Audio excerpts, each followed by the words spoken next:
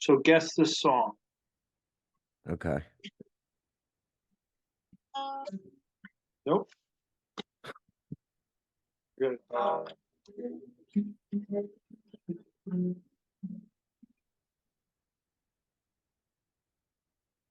I can't hear it. What do you got, a silent guitar? I can't hear a fucking chord.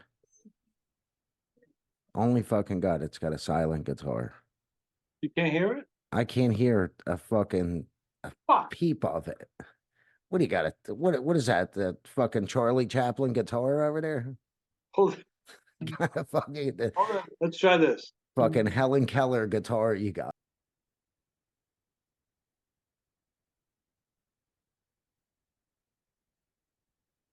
Who's that? Is that you? Who's Yeah, that? that's That's me. you? Yeah.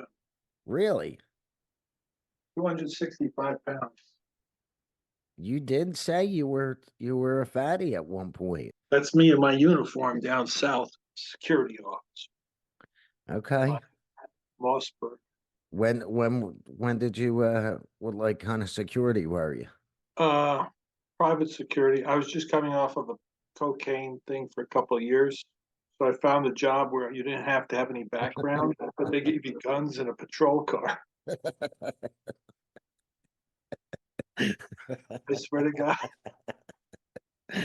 Uh, I And would like, have loved that What kind of I just got off being a fucking cocaine addict and a cocaine binge. What kind of job would be really good for me?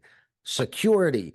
They give me guns, they don't do a background check, and I can get drugs easily all the listen, time. I talked to the local sheriff. I said, listen, I'm nuts, but this community has decided to hire me to be the first responder for medical, criminal, fire, everything, and animal control. Right? I was afraid of spiders. I was in charge Where of animals. We had where the fucking alligators. We had alligators. I had to go alligator court. wait a minute, wait a minute, wait Well, a minute. if you read the fucking book, you know this. There's a whole Wait, chapter in the book on this. wait a minute. Where the fuck was this at? Where was so someone literally interviewed after you were on a 3-year coke binge. You told them Hey, that 12 you year were ago. 12-year coke binge. Told them that you were fucking nuts. You're scared of fucking alligators, spiders, and they decided to put a fucking shotgun in your hand and they said, Give me a patrol car.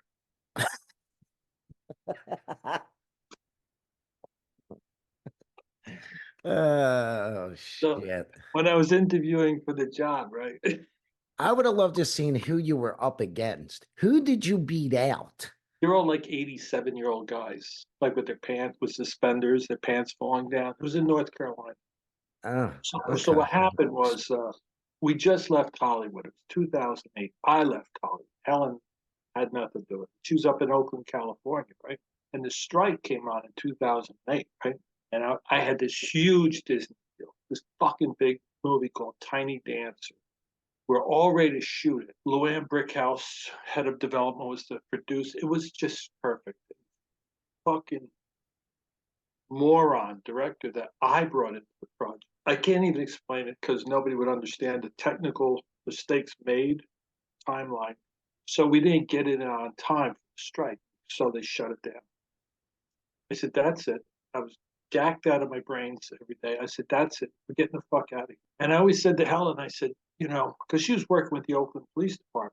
After her first career as an actress, she got in the police department as a dispatcher. So I said, is it just another cokey thing? I said, I promise you, someday, someday we'll live in a gated community on the East Coast, like North Carolina, a gated community, secure gated community. And we bought a place in North Carolina that secured HOA, one of those fucking HOAs, you know, everyone's fucking nosy. Well, I want to be down south, but I didn't realize everyone down there is all from New York, New Jersey, Connecticut. Yeah, absolutely. Neighbors are just a bunch of the assholes that you just moved away from. yeah, And yeah. nobody has a job, right? So anyway, the first 2 weeks we were there, I overdosed on Seroquel, right? Okay. It's somebody who meant well gave me a couple Seroquel, but they were like 200 milligrams. You're supposed to start with like 10 milligrams. So I took 400 milligrams the first night. They took me out in the ambulance. I was like dying in the hospital.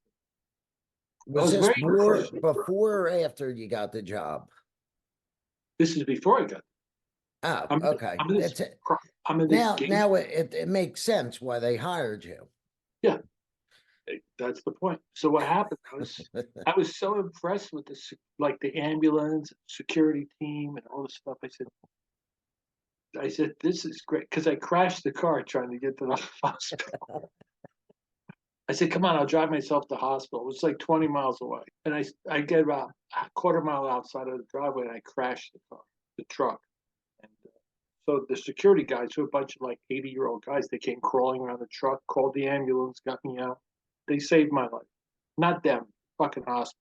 Well, like a week or two later, I'm like, the writer's strike is on. What the fuck am I going to do? I said, you know what? I really like this security stuff. So I cut my hair, sort of changed my appearance, shaved up, and went into the same office that just dealt with my overdose. I said, I want a job. He says, well, you look like be great.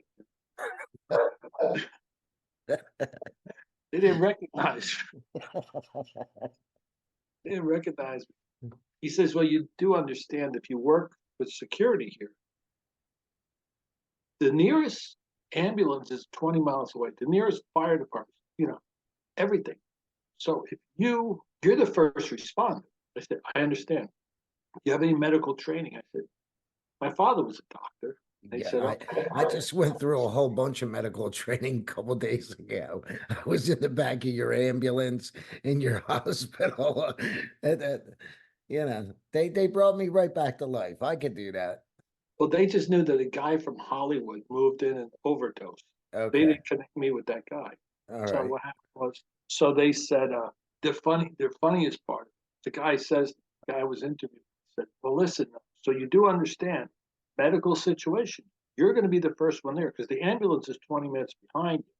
And the real paramedics are 20 minutes, half hour, sometimes more. So you're going to have to face all kinds of shit. There's like 5,000 people in the community. So I'm not afraid. Meanwhile, I have no training. I'm terrified. I can't see blood. I'll throw up. I have no ability to do anything. You are the least qualified for this job that you could possibly be. Plus, I was thinking if I could get in people's houses when there's a medical emergency, 20 minutes, I have time to go through the medicine cabinet too. Yeah, absolutely. I figured that's what you were thinking. You could at least get one line in or a couple before they get there. Pain pills, stuff. So anyway, so I'm there, and so the guy says, well, you have to understand something. I said, so what do I do? He says, well, you arrive at the medical, there's an oxygen tank, there's a bag of stuff, everything's there. He says, but you can't do anything because you're not trained. I said, what do you mean I can't do anything? So if I get to someone's house at 2 a.m. and they're on the floor, what do I do? He says, you look like a smart guy. I said, okay. He goes, so what you need to do, what you need to do is you need to just sort of make everybody calm. Calm. I said, I'm good. He says, and then when the ambulance eventually arrives, they're gonna want Hopefully to listen. nobody dies in the Yeah. time. Oh, they died. They died. So what I'm happened? sure they did. I'm sure they did. He says the ambulance is going to need a list of whatever medications that person's on. So what you do, you just say, well, let's list the medications, a little bit of medical history. So when the ambulance, you hand that to them and disappear. I said, but why do I bring in the oxygen tank? He goes, it just looks good, looks good when you come with the oxygen. So So you just show it to them. I know you can't breathe. I just want to show you we have the oxygen. I can't give it to you, but just calm down for a couple minutes and they'll be here to get you. I would have loved to seen you when the paramedics got there and like someone that had like a shitload of medicine. You were probably like, oh my God, there's medicine everywhere. Look, there's 3 pills here. And they're like, why are you walking out with 15 bottles? And you're like, oh, no, these were mine. That was their medicine. I said to him, I said, so let me get this straight. This is during the interview for the job. I didn't take the job yet. And it's minimum wage. It was $8.20 an hour. And I said, wait a minute. So I arrived speeding in my patrol car, first responder. And when I get there, there's somebody on the floor that's not breathing, right? He goes, right. And the husband or wife is there, the children, whatever. I can't give them oxygen. He goes, no, you don't understand. In the state of North Carolina, you have to be certified to administer oxygen. You can never give them the oxygen. Just try to keep everybody busy until the ambulance comes. Try and keep them busy. I said, okay, I get what you're saying. I understand what you're asking me to do. I said, but here's the main point. I said, but what if they're not? What if they can't breathe? Like they're literally. What if they're turning blue? What if they're fucking turning blue? I could do it. Then he goes, no, you don't understand. There's only one thing on this job that will get you fired. Saving someone's life. You can't touch the oxygen. I said, but okay, I get it. I get what you said. This is the most ridiculous fucking thing I ever heard. The only thing that'll get you fired as a first responder is helping save someone's life. That's the only fucking thing. That's the American medical system, ever since we made the government in charge of medicine. I mean, nobody thought maybe we should hire someone that's qualified and certified to be the first responder. No, we're gonna. What did they give you? Like a Monopoly game with the oxygen tanks, so like you can keep the people occupied. Listen, we know Bart can't breathe right now, but sit down here. I'm gonna be the shoe. Like who wants to be the race car? You just gotta relax for a minute. No, I said, listen, and then I really wanted to get this through my head. I said, yeah, no shit. Let's say there's no family. There's no husband, there's no wife. It's a person alone in a waterfront, beautiful home, and they're flatlined. Then I could do it, right? He goes, absolutely not. Did he hand you a shovel and go, here, this is what you do in that circumstance. Just start digging a hole until they get there. Well, what happened to me, you remember, I just came out of Hollywood and the crazy and the adrenaline every night, the nutsy, crazy, and my creative brain, I was like, so the rational part of my brain went like this, oh, and the crazy part said, I'll take the job. He says, well, don't you want to know how much money? I said, I don't give a fuck. I want this job. You took a job to do nothing. I mean, you literally did. You have a job doing nothing. Oh, I did all kinds of things. Oh, I'm sure you did. I'm sure you fucking did. If I know you, I handled like drug. Some big drug den was going in the community, and military people coming on and buying drugs. I had them busted with the state. Here I am, a complete fucking drug addict, a lunatic, and I was busting these drug things around. Stuff. I had a high-speed car chase. And the state troopers, yeah, these guys were running from. They tried to fight with me, and they took off in the car. I called the state troopers. I said, "Listen, these guys just fucking accosted me, and they're heading out toward the main road in New Bern." He says, well, stay on the tail. You got your lights? I say, yeah, I'm all lit up. He goes, go ahead. We'll come behind you. I had like 6 state troopers behind me on the lead car, chasing this fucking car. It's hysterical. The shit. And you never wrote a movie about this? Well, to be honest with you, I've been thinking about it, but I it's like, mean, this is one of the funniest fucking stories I oh, ever heard. I was in charge of animal control. By the way, And my you're afraid of first, animals. my terrified, and my first night on the job, it was a day. First job was a day job. I saw my first dead body on the first fucking day. I went into this Crazy. house, right? I got a call that it's a medical at this certain address. I went to this address in the car with the lights going. I love the lights. It went down with the lights. It was Driving like, like well, it's like Christmas every day, you know. driving like 90 miles an hour. I get to this house and there's two state trooper cars there. No, there was sheriff's office there. And I go in, I'm like, I got my bags with the oxygen tank, my clipboard with the little paper to fill out. And I go in the house and the deputies are on the front porch. I'm like, Fucking how you doing? oxygen tank that you can't use. And I, and I Like, say to these guys, I said, how you doing, guys? They're like, oh, you new? I said, yeah, I'm new here, Gumpel, Officer Gumpel. And they like, and I go right past them. I go into the house, and there's a guy. He wasn't old. He's like maybe in his 50s. He's just sitting in a chair, And once I went in, the sheriff says to me, "You want to live with that real deep accent? You want to live with now?" I go, "What?" He goes, "You want to live with now?" I go, "I don't know what the fuck you're saying." I walk in the house. I kneel next to this guy in the chair. I said, "Sir, I'm Neal Gumpel.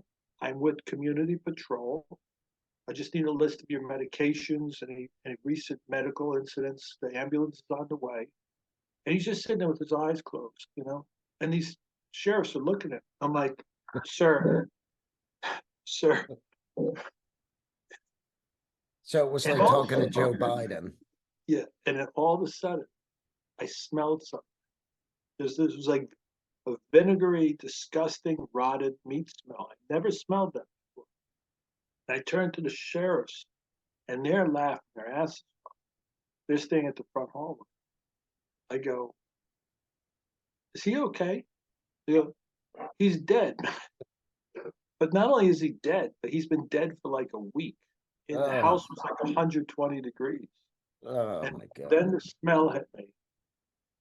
And I ran to the front door and projectile vomited like out the front door, onto the front steps and everything. They were laughing so fucking You're hard. that fucking queasy? Oh no, have you ever smelled that? Have you ever like smelled a dead person? Okay, so I worked at an over 55 and disabled place, I had told I you. remember you telling me this. Yeah. So I was right after I stopped doing stand up. I had always did construction work of some sort. And after I stopped doing stand up, after my daughter was born, we were looking for like a place to live. And I found this apartment. And the woman, when she was showing me the apartment, said to me, we kind of need a maintenance guy. You said that you used to do like construction work. Like, what are you doing right now? And I said, well, I'm kind of like in between jobs. And so I end up getting this job with this apartment company, and I worked at the one apartment building for a little while, and then they needed some help at this over 55 and disabled place.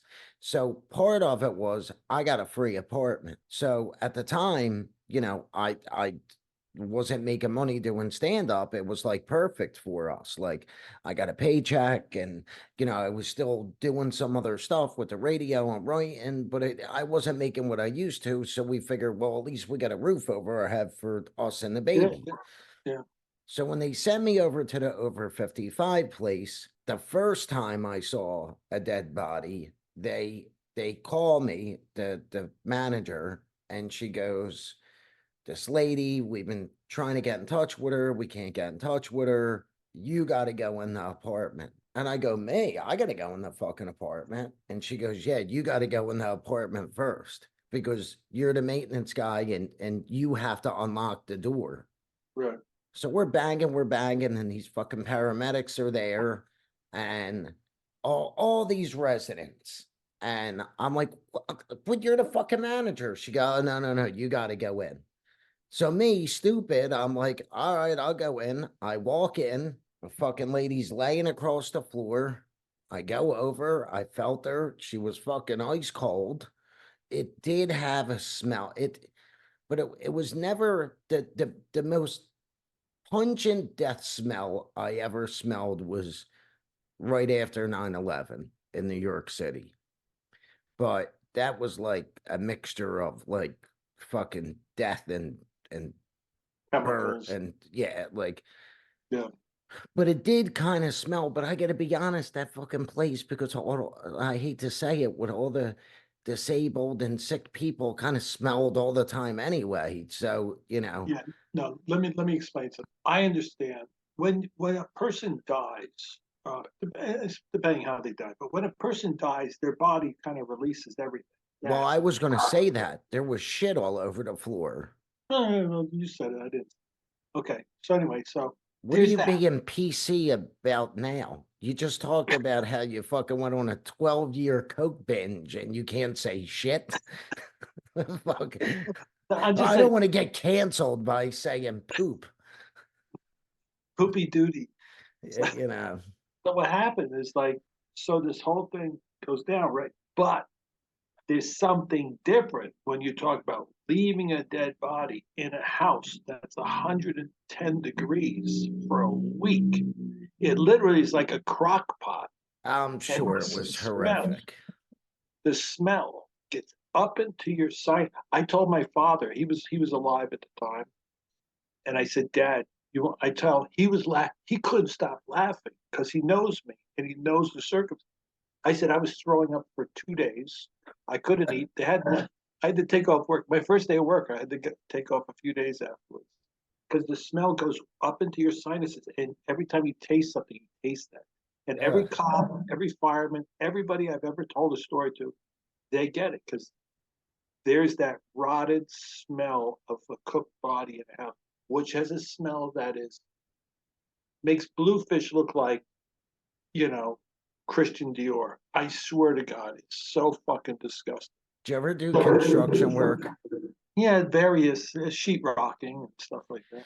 Yeah. So, for years I did like painting, all kinds of different facets of construction work. So right around the same time, a friend of mine, he had all these houses in Philadelphia that he had bought, all these row homes. And me and my brother and a couple of friends of mine were doing all kinds of different facets of construction. Like my brother was doing electrical, I was painting. So we used to do fucked up shit to each other because we worked different shifts. So we Yeah. would do like play pranks on each other for when like the other one came in. So I'll never forget. It was like the middle of July. It was like 100 fucking degrees out. I take a dump in a 5-gallon bucket because first off, there was no bathroom in this place. Yeah. Like the Yeah. whole You're place you're is, compounding a place. Yeah. yeah, Yeah. it's fucking gutted, and it's in the middle of North Philly. Like there was like, I can't tell you how many times you would hear gunfire, down the block. Like shootings were going on. So like I wasn't walking down the street to go to the Yeah. bathroom. So I go to the bathroom in this fucking bucket. And when I'm leaving, I'm like, you know what? These guys are always trying to fucking play pranks on me. I fucking put a lid on it. And actually, as a matter of fact, I wasn't painting this place. These other jerk offs were, but they thought they were funny. So I put the bucket with all these other 5-gallon buckets of paint. So the next day we go in and, there's no air condition in this place, nothing. So we go in the next day. Now I forgot about it. I totally forget. And my brother's like, damn, it fucking stinks in here. He's like, why didn't you throw that bucket away? And I'm like, what bucket? And he goes, the bucket you took a dump in. And I'm like, oh man, I forgot. I go, at the end of the day, I will. So the sheetrockers come in, and they were the guys who were like always trying to break our balls. And I realized they open the bucket, and the guy's like, whoa, what the fuck, man? He goes, somebody took a shit in my spackle. Who the fuck would do that? Well, because it was dark the night before, I just saw a 5-gallon bucket and I had to go. So I just went real quick and put the lid on it. Well, I didn't realize it was like a half a bucket of spackle. So the guy, for like hours. He's like, who would take a shit in your spackle? Who would do that? And me and my brother are like, I don't know, man. That's fucked up. It might have been the other guys, like the electricians or the Blame the plumbers. foreigners. It's Ah, the dude, Mexicans, the Mexican guy. we laughed. We were literally crying. The guy was flipping out. I had a spackle. I don't even know. Now I got to go to Home Depot and buy spackle. What the fuck? Someone shit in my spackle.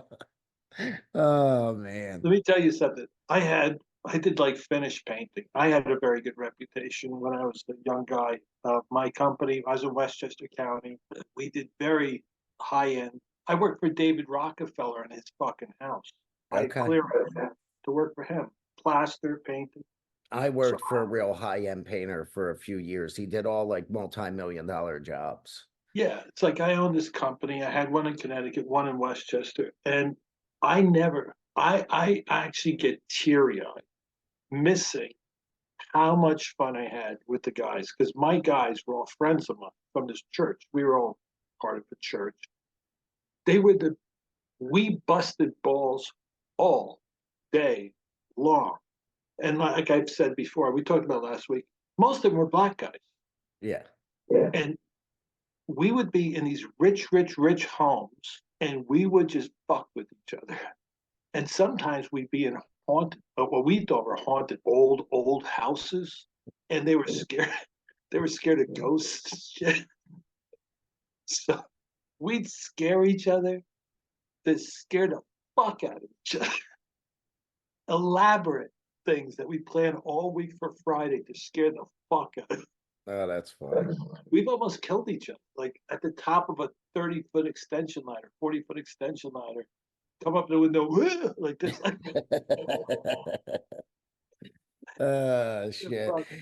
Yeah, well, we between the restaurant business and construction, I don't know about anybody else who's like watching this or listening, but I firmly believe that those two fields, all the jobs I've had, and I've had a lot of jobs, that's where the most ball busting happens in those two fields. The restaurant is always fucking crazy Oh yeah. because everybody is like half nuts from the amount of hours and everything that you're working because you're working so many fucking hours and it's crazy and it's busy. So like even just to like get through the day, you're fucking with each other. And same thing with construction. Like and construction, dude, I mean, I remember guys like taking the safeties off of like nail guns and they were like pulling back and fucking like you like shoot and fucking nails would be going through the wall. My uncles were carpenters. And when I was a little kid, my one uncle did that like as a joke. He was like fucking with my one uncle and he shot a nail in his fucking foot. Oh fuck. And he was afraid to pull the nail out. So he just cut the floor. I'll never forget this. And he fucking came to my house and grabbed my dad and was like, we got to take your Uncle Johnny to the hospital. And he literally had It looked a like a fucking snowshoe. a big piece of wood stuck to his shoe Oh, because they just cut the wood out because they were afraid of pulling the nail out. oh.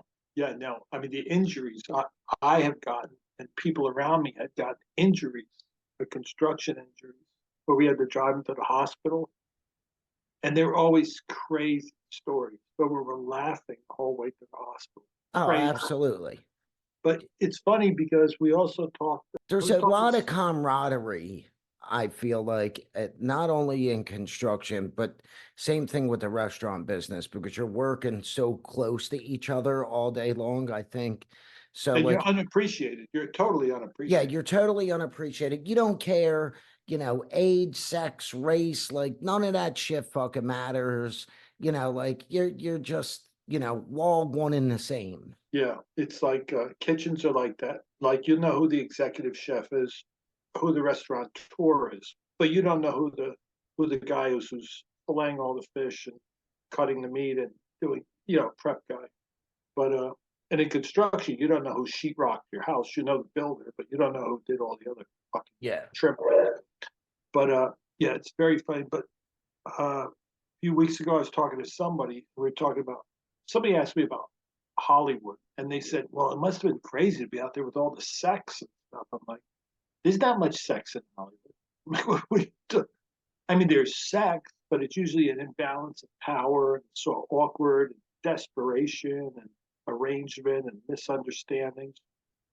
The best fucking sex story and the crazy shit was in the food world. That's what Absolutely. makes it fun. Like where you have to deliver some special catering thing to some crazy lady in Soho. I mean, Dude, I met Helen over a fucking charcuterie counter in fucking Soho. She was at the top of her game. I was just a schmuck, manager at Dean and DeLuca. Next thing you know, I'm marrying this. I mean, the shit you pull off in the food, if you know what you're doing in the food yeah. world, you pull off all kinds of shit. It's a very, typically most people, it's a very happy, fun atmosphere. Like there's drinks flying and people are eating and they're having a good time. So like, when people come into the restaurant, and there's always some kind of shit going on with different employees. And I mean, I got so many fucking crazy stories. I mean, even too with like the painting and stuff. Dude, I painted with a buddy of mine for the longest time. And I remember him telling me stuff like where he would go on a job and he would call me up and be like, dude, I went to this fucking house and I walk in, I start painting, and the wife comes out naked, asking me to have sex with her. And Yeah, I'm like, I've seen that. Yeah. like, I'm like, what did you do? I mean, I have even when I worked at the Overfit, I had told you this, but I'm going to tell this for this little podcast we're doing. The horniest people I have ever encountered in my life. Midgets. Yeah. Okay. Well, I'm a midget myself, so yes.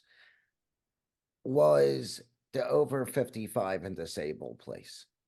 I thought going there that like all these people in their, 60s, 70s, 80s, disabled, like they're probably past all that. They were the horniest fucking people. And I'm not talking like a handful.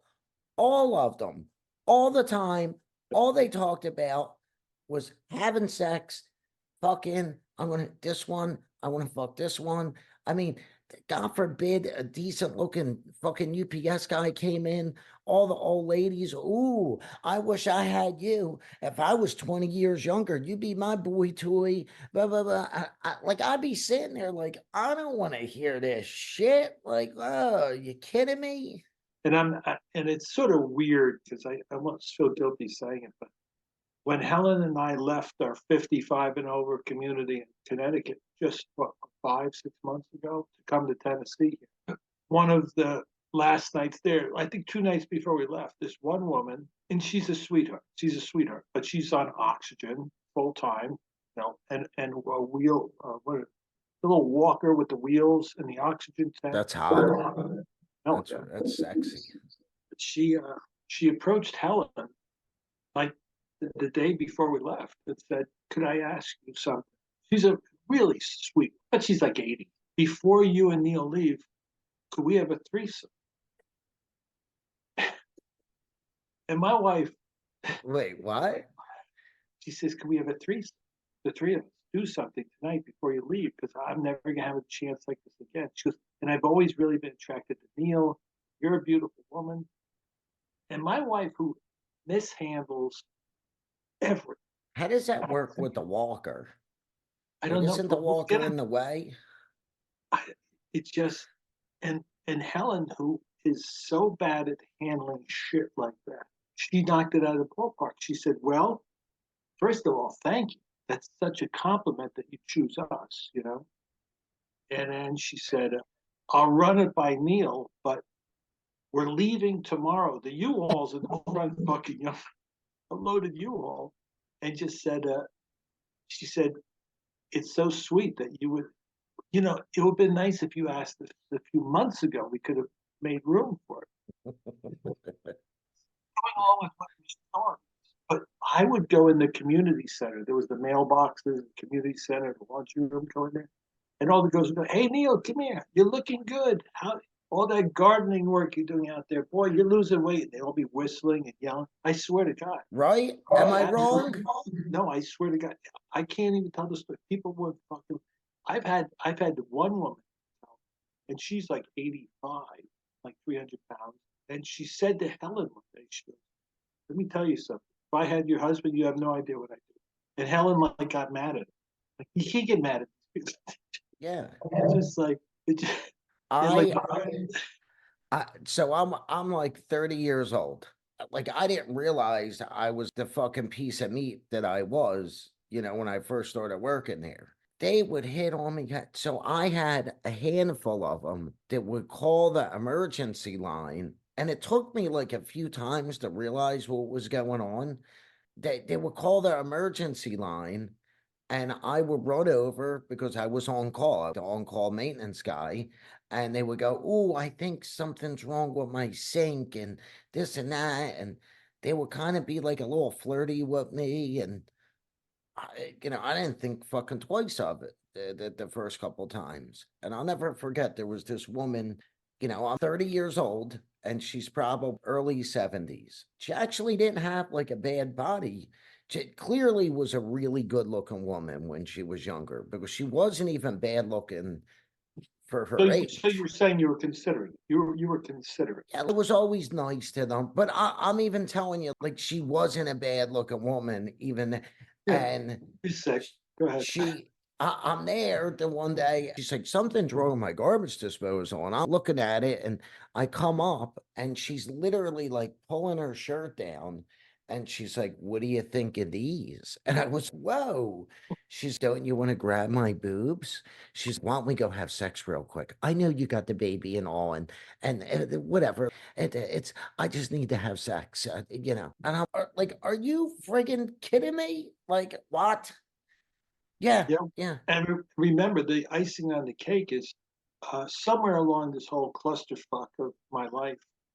I ended up. My friend Phil was in the villages. Phil and Maria were in the villages when I was in North Carolina, and we just got through this huge legal battle over some real estate shit. Not him and me. We're friends. He's a very generous guy. Him and his wife. So they said, "We want you to come to the village of Florida." I go, "I can't." They're like, let's just say they arranged for us to have a house in the villages, Florida. Beautiful little brand new house in the villages, Florida. Okay. We went there. This is the VD capital of the world. Doctors come from around the world to study venereal diseases in the villages. It's the largest retirement community in the world. And they Wait, have the what? highest. Yeah, the villages, you could put it right now, do a search. The villages, Florida, STD. No wonder why they gave you a fucking house to live in there. They're like, No, this no, fucking idiot's gonna have VD. no, they were good. It was like there's swinging going on, this crazy shit. Everybody's fucking drunk. It the village. It's the most amazing Villages place. VD rate. You remember the old song? Why is the villages known as the STD capital of America? Because it is. Holy crap. You Yeah. are not lying. I don't lie about nothing. I tell you, just I hold back information. Yeah, it's literally Holy shit. everybody's on golf carts, everybody's drunk all day, and everybody, by the time you get there, by the time you've made it, you're a guy from New York and you've made it, you get there, you drop dead. So your wife's alone with all your money and she's horny. So they're fucking the gardeners, the roofers, the whole fucking place is crazy. Now, granted, I will say, even though I kind of left there in a bad situation, I leave everywhere in bad. It is the most amazing spectacle to go there and see this community, how it functions. Hundreds of thousands, all in golf carts, the stores, the medical system, everything is amazing. That's where I had my first heart attack. That's where I had my heart attack, my big So one. you're telling me if I get the herp or I get VD or something, that's where they go. So that's like the Epstein Island of the No, STDs. no, you go there and you get it there. That's what. Oh, you Talk to get it. my So it's doctor told me it's absolutely true. I was down there and I had my doctor, my general doctor, it's Indian. I said, "Is it true?" That he goes, "This is one big fuck fest. That's all this place is. It's one big fuck." so did you guys get in the fuck fest? No, no. Well, I need to know because I don't want to share a toilet seat with you. That was You like, know, I went all this time without getting any berries on my balls. I don't need any now. no, we were in a pickle because Helen just shattered her legs. We were fishing somewhere on some cliffs and there was some rocks and she shattered her legs. She was in a wheelchair and I was still recuperating from Hollywood. This So, is fucking nuts. oh, you want to put together a little bit of money, go do a documentary down there. The place is fucking, I but got it's it. So years fascinating. ago, when they came out with all the online dating thing, Yeah, so me and a friend of mine were going to come out with a website and it was going to be, years ago they had all the like different chat rooms that people would go in and they would meet people and then they would connect and they would talk and then I guess they would go out on a date or do whatever they did, fuck whatever. So we were going to open our own dating website, but it was going to be for all people who have STDs and have like the herpy room, the VD room, because it's always like really uncomfortable for people, that when you go out on a date to tell them. So this is how it started. This is where it started from. So I was dating this girl for a while, really beautiful girl, kind of knew her growing up. She was a friend of mine's cousin. We dated for a little bit. Years later, we started messing around again. She ended up working at one of the biggest strip bars over here in Philly. She was actually their poster girl for years. We split up. I'm doing stand up now, and they have this contest at one of the biggest radio stations in Philly, WISP, like the hottest girl in Philly contest. So they had me go and MC it. So she happened to be there because she entered the contest. So we reconnected there. We didn't see each other for a while. And then like a couple of weeks later, she calls me and she goes, Paul, listen, I got to tell you something. And I'm like, okay, what's that? She goes, well, I really want to hang out, but I got herpes. but that's a nice person. I'll tell you And that. I said, okay. She goes, well, my doctor told me to tell everyone I had sex with. I Wait, said, well, wait a minute. I'm missing something. You had I, sex with her?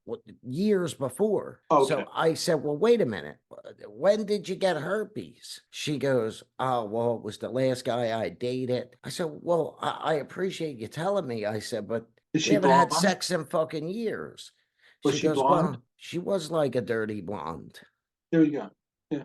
So she Well, actually took it to understand that. Call everyone you ever had sex with and tell me about it. Even though yeah, she's got it like a month. yeah. So then Oh, my buddy, his wife, her best friend, they get married and this girl was always hitting on me. She was a nice girl and we always kind of flirted with one another and she was pretty hot, but like I never thought she liked me. So we take a ride to the store and she fucking jumps my bones in the parking lot. I hate when that happens. Right. Yeah. So actually, as a matter of fact, I'm leaving out. We actually took my buddy's limo.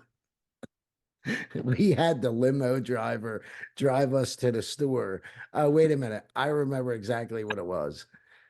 He had a newborn baby at the time, and the baby was Oh, freaking out. And he asked me, that's why I went to the store. He asked me, could you go to the store and grab something for the baby? And this yeah. other girl goes, I'll take a ride with you. And he goes, just have the limo driver drive you to the store.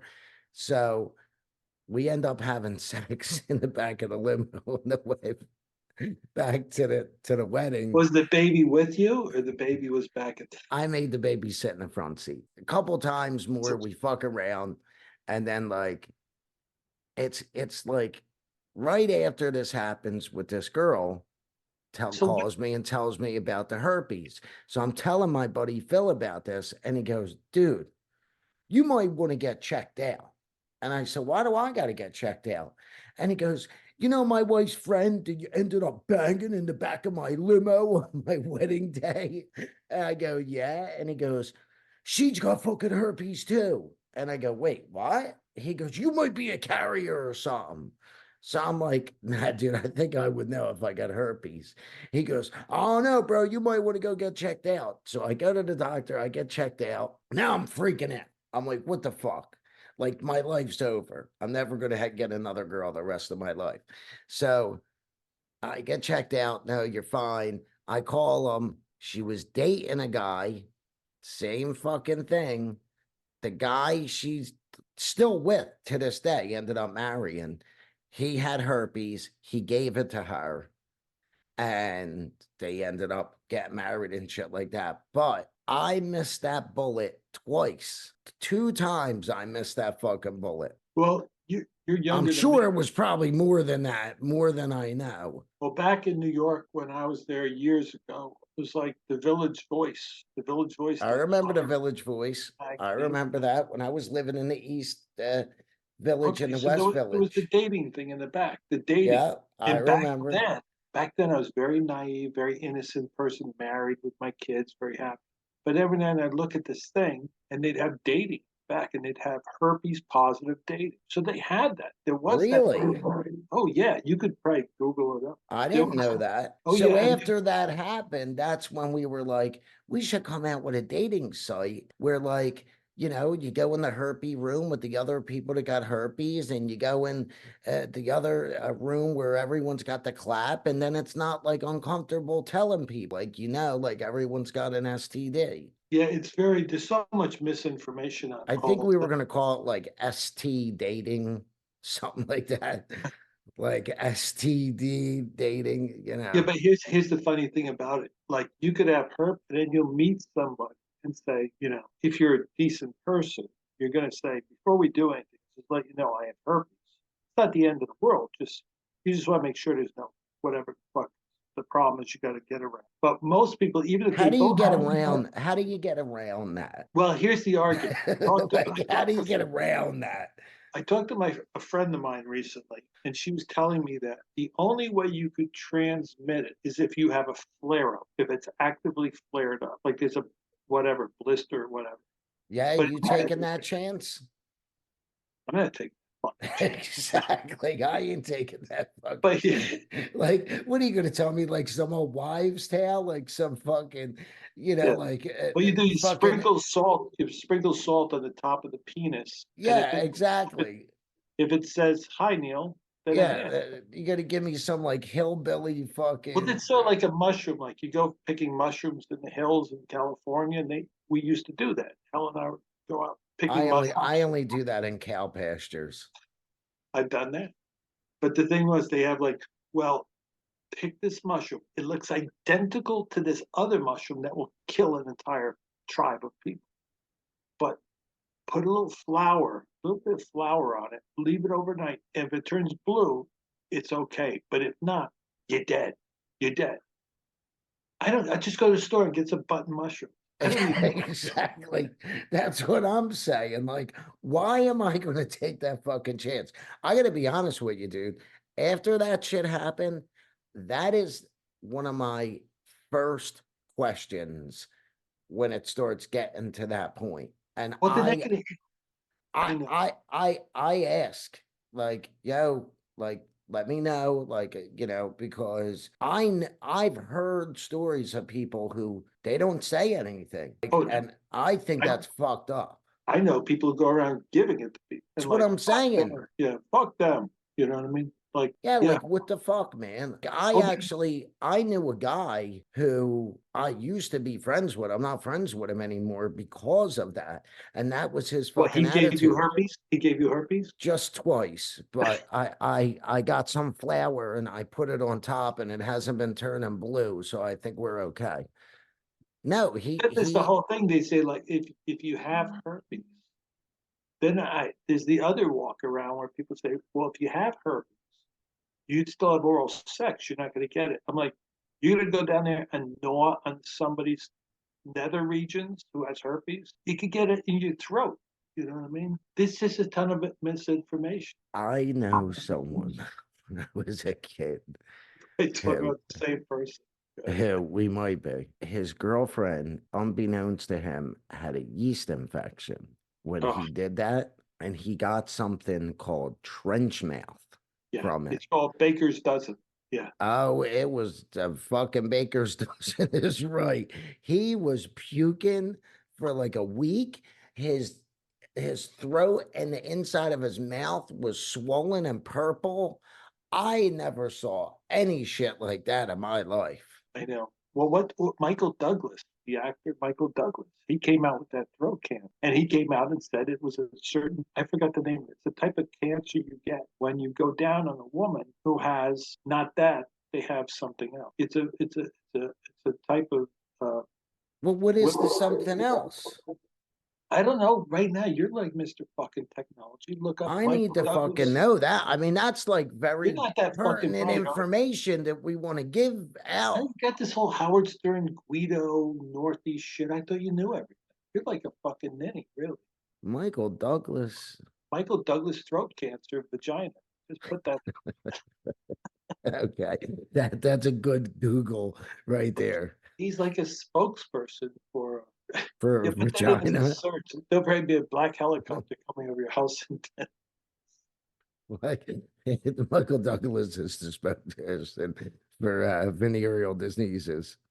Yeah, he got this throat cancer because I had to deal with my throat problem a couple of years ago, and one of my friends said, "Well, do you think maybe it's because of all the whatever?" I'm like, "Yeah, no problem there. That's not where it's from." Your Did wife you is, find it? Did you find it, Michael? I'm looking, I've been looking for it. I'm not saying it. Well, your wife is Asian, right? No, there's a whole bunch of problems there. There's So if like you, bamboo. the only thing you would get is SARS, I think. Well, you get bamboo, bird flu, bamboo. Oh, that's right. The bird flu too. Yeah. Well, that's it. You actually have to be having sex. My age, you're not having sex. There's no sex. Yeah, from HPV. That his Right. illness was the result of contracting human. Yeah. I can't read that. See, Let I me tell can't you read. something. Your world's about to go from like this big to this big. You just can't go around. Even if you think you're Mr. Cunning, whatever, Cornelius or whatever the fuck. Your world's getting smaller. How do you know this? Because I'm a very sick man. Very sick. So here you go. Michael Douglas. I am sorry for the effect of oral sex cancer comments on my wife, Catherine Zeta-Jones. He didn't get it from her. He didn't get it from Behind the scenes, the star tells Event Magazine, which this isn't behind the scenes if he's telling a fucking magazine, no. did he regretted the embarrassment to Catherine Zeta-Jones of his comment about oral sex and cancer giving in the 2013 Guardian interview. Michael Douglas has said that it brought a lot of embarrassment to his wife 2 years ago and his cancer. Well, he could have shut up too. He didn't have to tell the whole world he had it. He could just had it treated. It's called vagina mouth. Yeah, the couple split. I wonder why.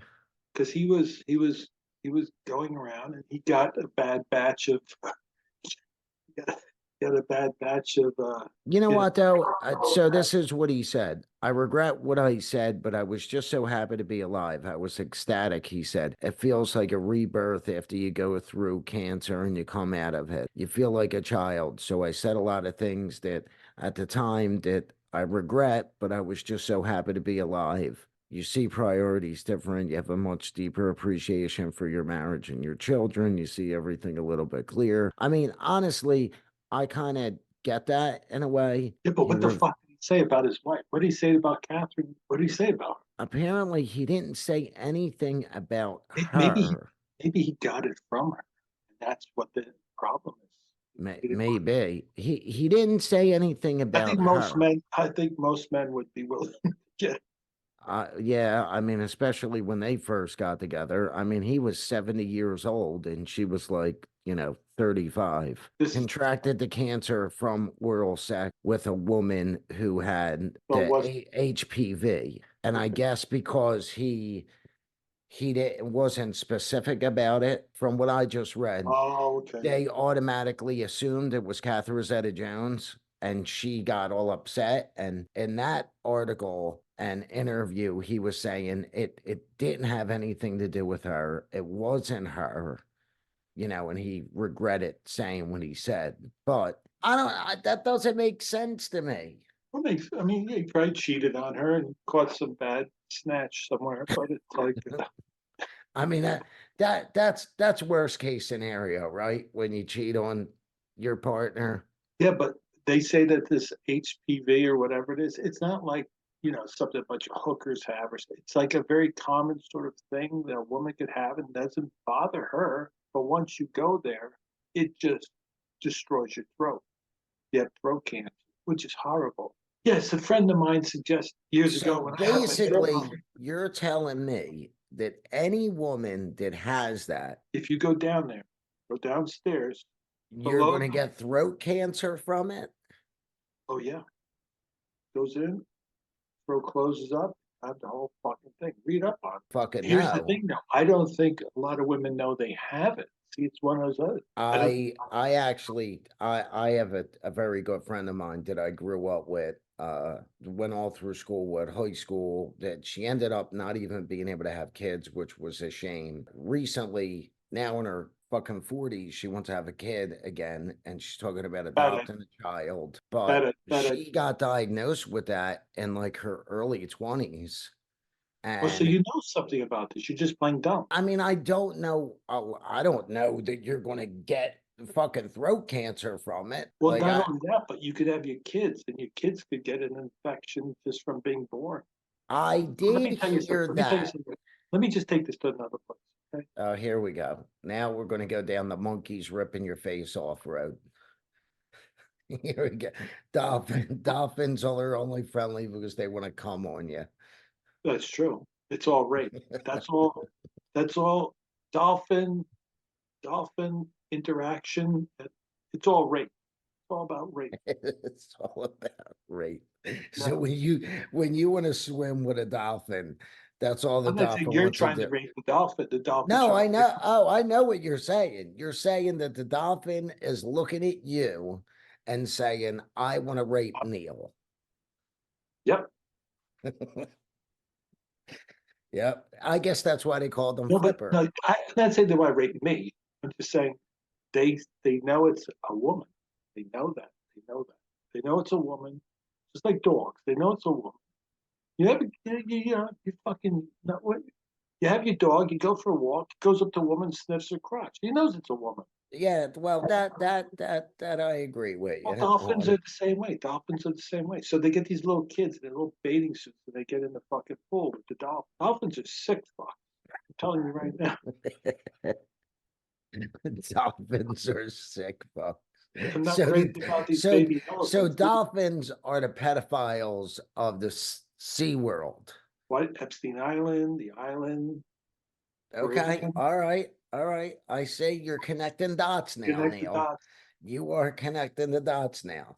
Mhm. So Yep. Jeffrey didn't have like killer sharks around the island. He had Bunch of raping horny dolphins. dolphins is Yeah. what protected the island. Yeah. Okay. And I think the dolphins were the ones that killed Jeffrey Epstein. I think they I don't think it swam was up to the New York. Dolphins. I got a feeling it might have been someone a little higher up who might have thought he had a little info on them, but What do you whatever. mean? It could have been a You're talking dolphin. you're talking Flipper? You're talking the top guy?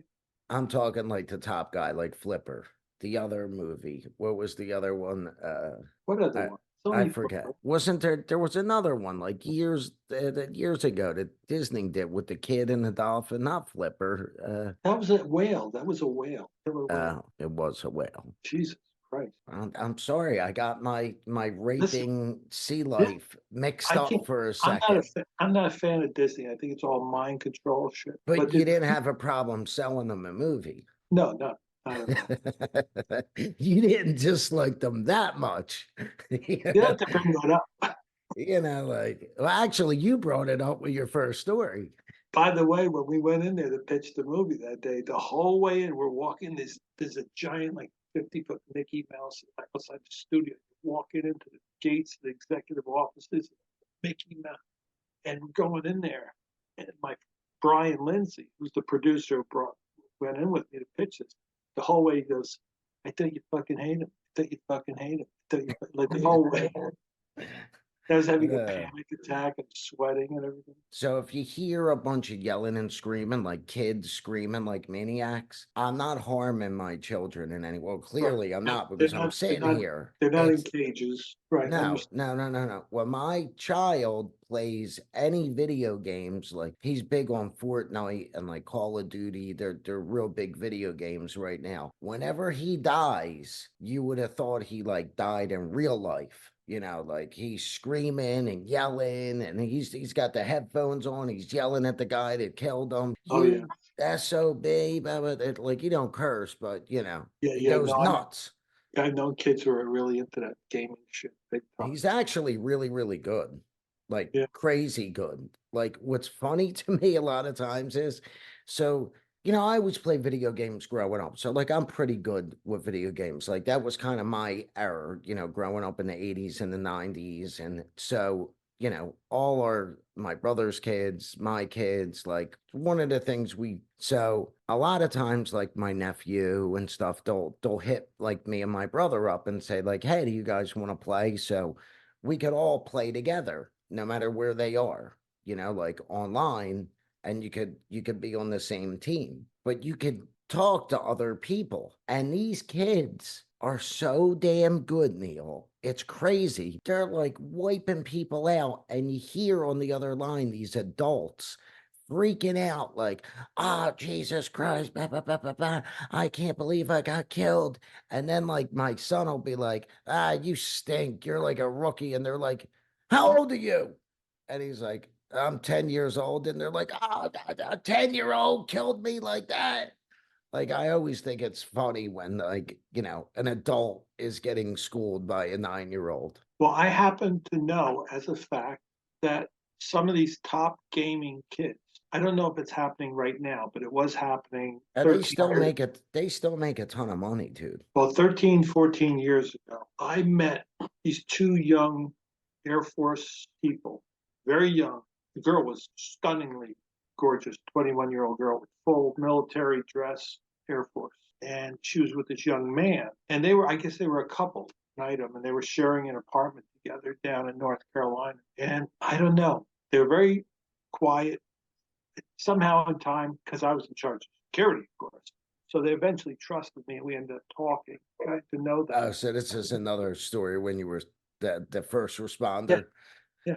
So Okay. they found out that I worked in Hollywood, and they were fascinated by it. That's always the thing that opens up. People who are supposed to have security clearance, they'll start talking if you're in Hollywood. They're fascinated. They were in the middle of training in North Carolina for drones, and they said that all the drones around the world, these drones that are flying around, these unmanned drones dropping bombs all over the place like they're doing over there this week, it's all done from underground in Las Vegas. They're not sitting there over in Jordan, like controlling the thing.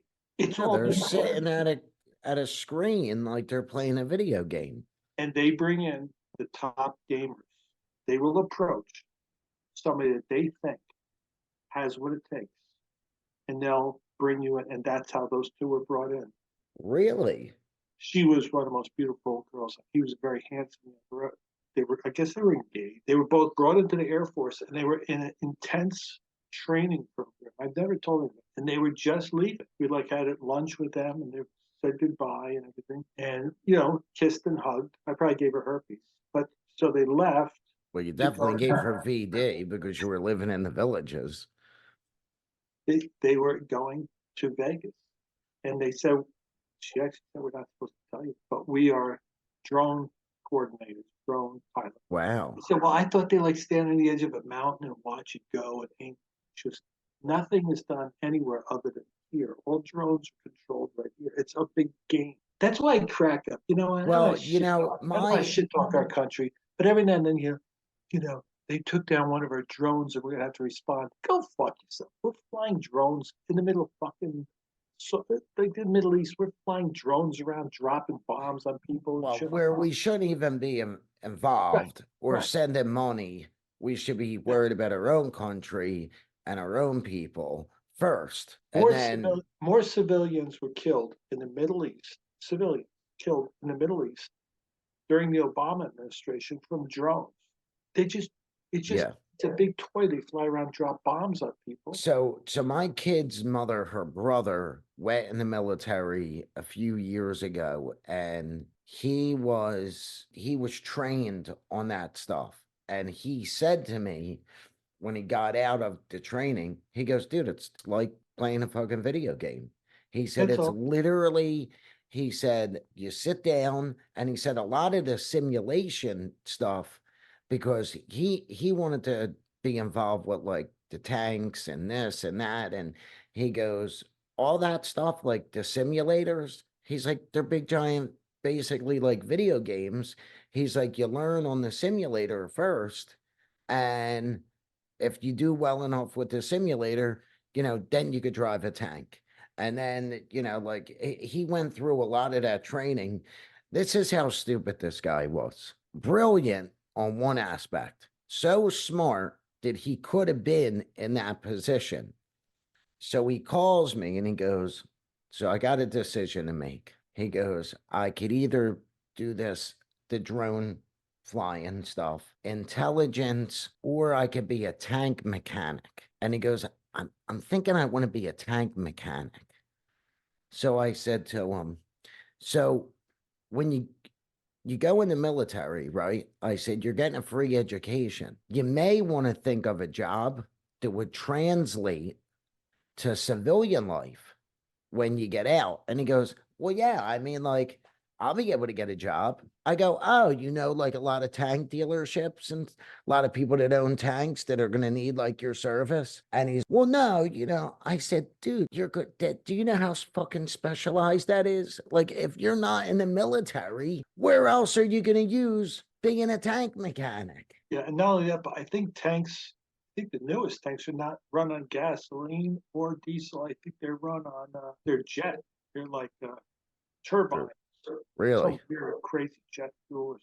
And guess what? They're not even going to be manning the tanks. There's nobody in the tanks. They're all going to be driven by. It's a big fucking video. So a guy who he's actually pretty big on TikTok, and I follow the guy. And this guy is like extremely smart. He is no BS, super smart. So he's got a TikTok handle called Museum of Tarot. I'll send you the video, and he debunks a lot of stuff. Extremely intelligent guy. You researched a lot of the stuff that he talks about, and he's not like a conspiracy theory guy or anything like that, but like, say there is a conspiracy going around, he will research it, pull real research, and then like talk about it. So he was just talking about, did you ever hear the tic tac shape UFOs that like the military and The Air stuff Force. sees? The Air Force released. So he pulls up these patents from like 20 years ago of drone style flying apparatuses that literally look like a sphere, a clear sphere, and a tic tac. And it's got cameras and all kinds of surveillance equipment on the inside, and where they can fly them around and to use as surveillance for like military operations. Well, according to this guy, because that was 20 years ago, they are much more advanced now. And what he believes, especially looking into a lot of these videos, is that a lot of those, and apparently from what he was saying, these were secret operations, this like secret shit for the longest time that only the highest level military people know. So when other military people saw them, they didn't know what they were, and they fly so fast, you can't tell that there's cameras and shit on the inside. So his theory is that a lot of the stuff that's being seen right now, that's what it is. It's these surveillance flying machines. Yeah, well, those tic tac things or whatever they're called. If you hear gunshots going off outside my house, that's just the local charm. Well, I just know it's Tuesday at Neal's place. So those tic tac things, they were dropping from 25,000, 28,000 to to the ocean in like 4 seconds. I did see some of that Like stuff too. crazy numbers. I spent a lot of time. Remember something, Now he I'm a didn't. conspiracy theory guy. I am the guy. I'm the guy. And I do the You same. are the guy. Do Yeah. you believe it? Do you believe the Earth is flat? Well, see, the thing is, people say, well, you are flat Earth. I don't know if the Earth's flat. I just know it's not a globe spinning at 3,700 miles an hour. I just know that. Well, how do you know that though? How do I know that? How do you know that for sure? I'm just asking. I don't know. I could give you like 10 really good reasons. I mean, this is my biggest Well, here's what thing. you do. You know what you do? Okay, go ahead. You go outside. You're smart. You lay on the ground Okay. and just stay there. No, I'm just kidding. You lay on the ground, like when we were kids, right? You lay on the ground. Yeah. You look at the stars at night, right? And if you had a camera with a time lapse, what do you see? See the stars moving Moving like what? slowly. Yeah, but Yeah. it spins around and comes right back. It doesn't go, you're not going this way. Everything above you moves around you. It's moving around. Okay, so I heard one theory recently, made a little bit of sense, okay?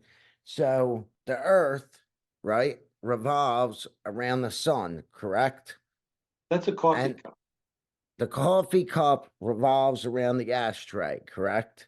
Right. So this is the sun and this is the Earth. So the Earth goes around the sun and the Earth is spinning, right? As it goes around the sun.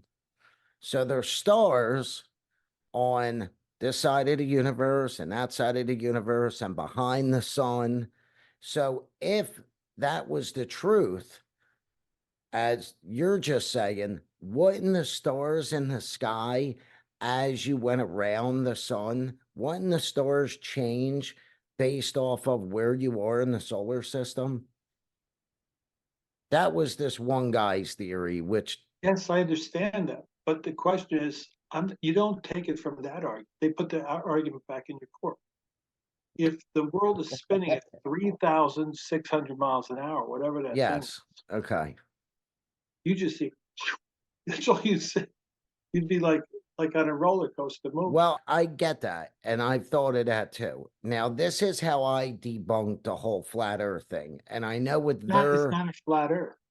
I know that's not flat Earth, but I know I know people who were flat Earthers, and Right. this is what I say to them. Okay, so if the Earth is flat, why is the moon a sphere, the stars are spheres, our sun is a sphere, all the planets are spheres, but we're the only flat thing?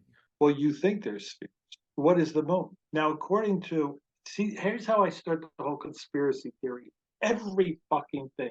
I mean, I have a telescope and I've looked through the big giant telescopes at I know observatory.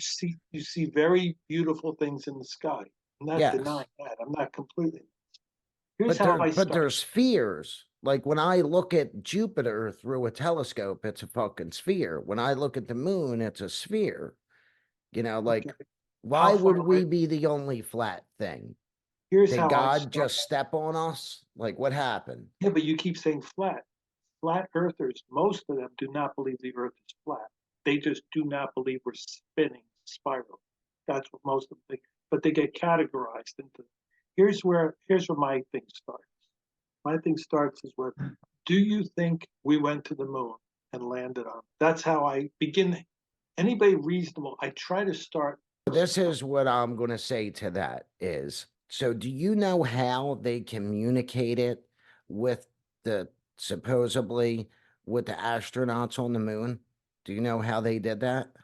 Oh, the phone call where the president called them up on the moon? Yeah. Do you know what technology they used? It was basically like a cell phone.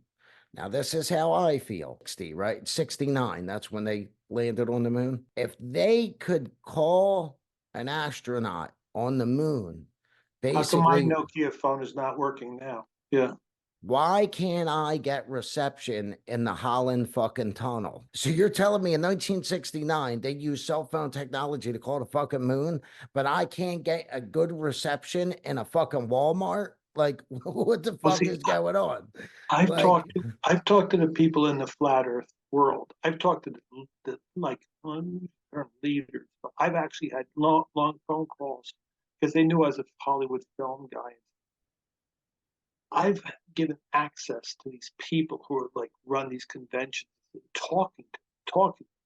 Not saying I'm there, Are we but I've talking also about like Neil deGrasse Tyson, like he's a Stephen fucking moron. Hawking? He's a fucking moron. He's an actor. That's all he is. He's not fucking science. He's an actor. He's Okay. just a tool. I Okay. don't listen to the fucking word. No, basically, no. I'm talking about the flat Earth people, the really crazy flat Earth people. I've talked Okay. to them, but I come from a different angle where they say, "Did we go to the moon?" And the arguments go off into like, "Well, the phone call to the president." They talk about the phone call to the president. They'll talk about the photographs. Well, the photographs are legit. And some photographers say that this is legit. This is done. This is legit. And the photo, they're not talking about the most obvious thing in the world. And maybe I don't know. Some people have told me it might be an IQ situation. I don't know. Like how the fuck did we get to the moon? The moon is 385,000 miles away. That's what they say. You know how long that is? California is 4,000 miles away. Okay, 3,500. So the moon is 385,000 miles away. Just keep that in mind. 385,000 miles away. When a rocket takes off, it's this big. And within 90 seconds, it's this big because all the fuel is gone. The whole thing is fuel. It blows Yeah. it up. Yep. Absolutely. Okay, so let's say you're in that fucking rocket, right? How did you get to the fucking moon? You just got 10 miles up in the air real quick, 20 miles really quick, because you just got blasted in a rocket. Now, how do you get to the fucking moon? How do you get the other 369,000 miles to the moon? They have rockets on the No, they spaceship don't. No, they to don't. get them there. Yeah, they Now, do. where's the jet fuel? What's powering? The thing's gone from this big to this big, where all that was fuel just to get them off the earth. What's driving them the rest of the way? And I do understand because you don't have the gravitational pull and stuff that you do on Earth. So in order I to get understand. out of the atmosphere, and since there's no gravity out there, just a little You need push. less fuel. Right. You need Yeah. less fuel. So that, and listen, I get what you're saying, and that does make a lot of sense. This is how I feel, straight up. I feel like our government, most governments, do a lot of shady bullshit to do whatever the fuck they want. And that after World War II, when we took all the Nazis, All of them. rocket That's people, all NASA is. It's Nazis. That's yes, it. it was all the Nazis. It was Werner von Braun headed up NASA because he was the head B-2 rocket maker. Right. So Right. all those Nazis got a free pass, and they didn't get tried on any war crimes because they came to work for us. Thousands. I would firmly believe that the moon landing was probably staged in order to create what they created with NASA More in money. order to bring money in. Right. Now, do I believe that we have landed on the moon? Yes, I do believe that we actually have landed on the moon, and we actually have landed probes on Mars. I do Mars. believe that. You know how far away Mars is? Yeah, but we don't have people on Mars. We have probes that I are know, on but Mars. here's the next question. And It's I'm about not as going to far slap. away as the next time I'm going to have sex Listen, here's the next question. or Right. sending money. We should be No. worried about our own country and our own people first. They get you 20 miles up in the air with the first 70% of that thing was fuel that was just burned to get their ass off the ground. Now Mhm. they got another 380,000 miles to go. How do they get there? Well, the fuel, less fuel to get there. Do they have a steering wheel? How does it get to the moon? how the fuck does it get to the moon? I have a friend of mine who works at Lockheed Martin. He's Right. worked at Lockheed Martin probably close to 30 years. He runs the department that sends satellites into space, and Right. when they bring the satellites back down. And I've known him since we were kids. And honestly, it's fucking scary to me that he runs this department, because if you saw him at a fucking Eagles tailgate party, you would be like, this fucking guy is heading up a rocket.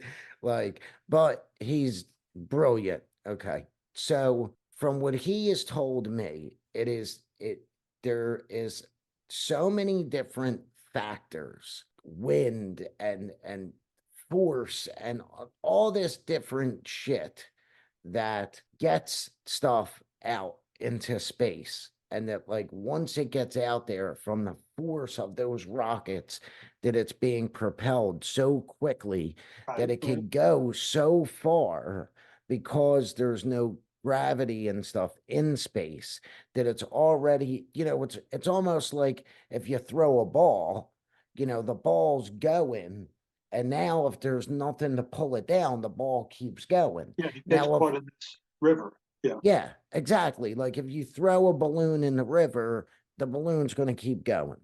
Right. Okay. But that's the stratosphere or whatever that is, where things The go. atmosphere. Okay, up there, right? But the moon's not there. The moon No, has the nothing. moon is not They there. have to leave that flow of current and now go hundreds of thousands of miles further to get to the moon, where none of that's occurring. How did they get to the moon? Do they have like a steering wheel and like fins on? Well, No, because I think a lot of that stuff is, again, the bullshit. way it was explained to me is it's like a GPS, that they have a GPS coordinate, and they're not steering the plane like in fucking Star Trek. They're in the spaceship, and the spaceship is automatically on a course that they put in the computer for it. This is why There were no so computers. many of them fucking failed, because they miscalculated and they misjudged and stuff like that. Now, this is where I get hung up. It took all that fuel to get out of the earth and Right. get to the moon. Right. They land on the moon. By the way, they back up. They like pull over. You can see the way they do it. Yeah, well, now they got to They come back up. home. Now they don't need that much fuel to get home. We saw, if you want to believe what you've seen landed on the moon, it's this thing basically of tinfoil. It's aluminum foil. Hmm. Now, how do they It blast looks the like a fuck? fucking turkey during fucking, Yeah. Thanksgiving, like So leftovers. I have enough of an IQ to know for that thing to now blast off and go 385,000 miles back to Earth. I think you have to be fucking nuts to believe any of this shit. And then the best thing is when those astronauts, the first ones are landed, when they come back, there's that fuck. You can look it up right now. Google it. The press conference with the four of them. Look at them. Look at them. That's it. And that's how I made my. That's when I crossed over. How to fuck. And they have I, a. And by the way, they have a dune buggy when they get there. There's a dune buggy. Listen, I think, yeah, well, I know there was a lot of shit that I don't think, I think they staged that, brought the country not only to a certain point, as far as camaraderie goes and stuff like that, but they were able to bring so much money in. Now, I am a firm believer in that our government and a lot of governments have technology that we have zero fucking idea how advanced it is. I'm more on board that they have bases on the moon now. I mean, think about this, Neal. I think that's possible. Think about this. Right before Trump became president, I have read this article, military shit, because this is actually when Amanda's brother went in the military. And when he would come home, he would bring all this like military magazines and shit like that. And he was staying with me for a little while. And I read this article in there about how they were recruiting for the Space Force. And I said to him, the fuck is the Space Force? And he goes, oh yeah, man, it's something new. And he's like, I was thinking about like maybe getting into it, but I'd have to learn how to, be a pilot, and there's all this shit. And well, why would you have a fucking Space Force unless you have ships and vehicles that are flying in space? So if you look it up, it was either right before, I think it was right after Trump became president, he opened up another branch of the military, the Yeah, Space Force. There's the Army, the Navy, the Marines, the Air Force, and now the Space Force. Nobody talks about the Space Force. It was talked about for a little bit and it got brushed under the rug. Now China just landed a probe on the moon. It was real big in the news. They just landed a probe on the moon. I would believe if there's anything out there, it's either they have bases on the moon, they could even be mining the moon. Who the fuck knows what they're doing?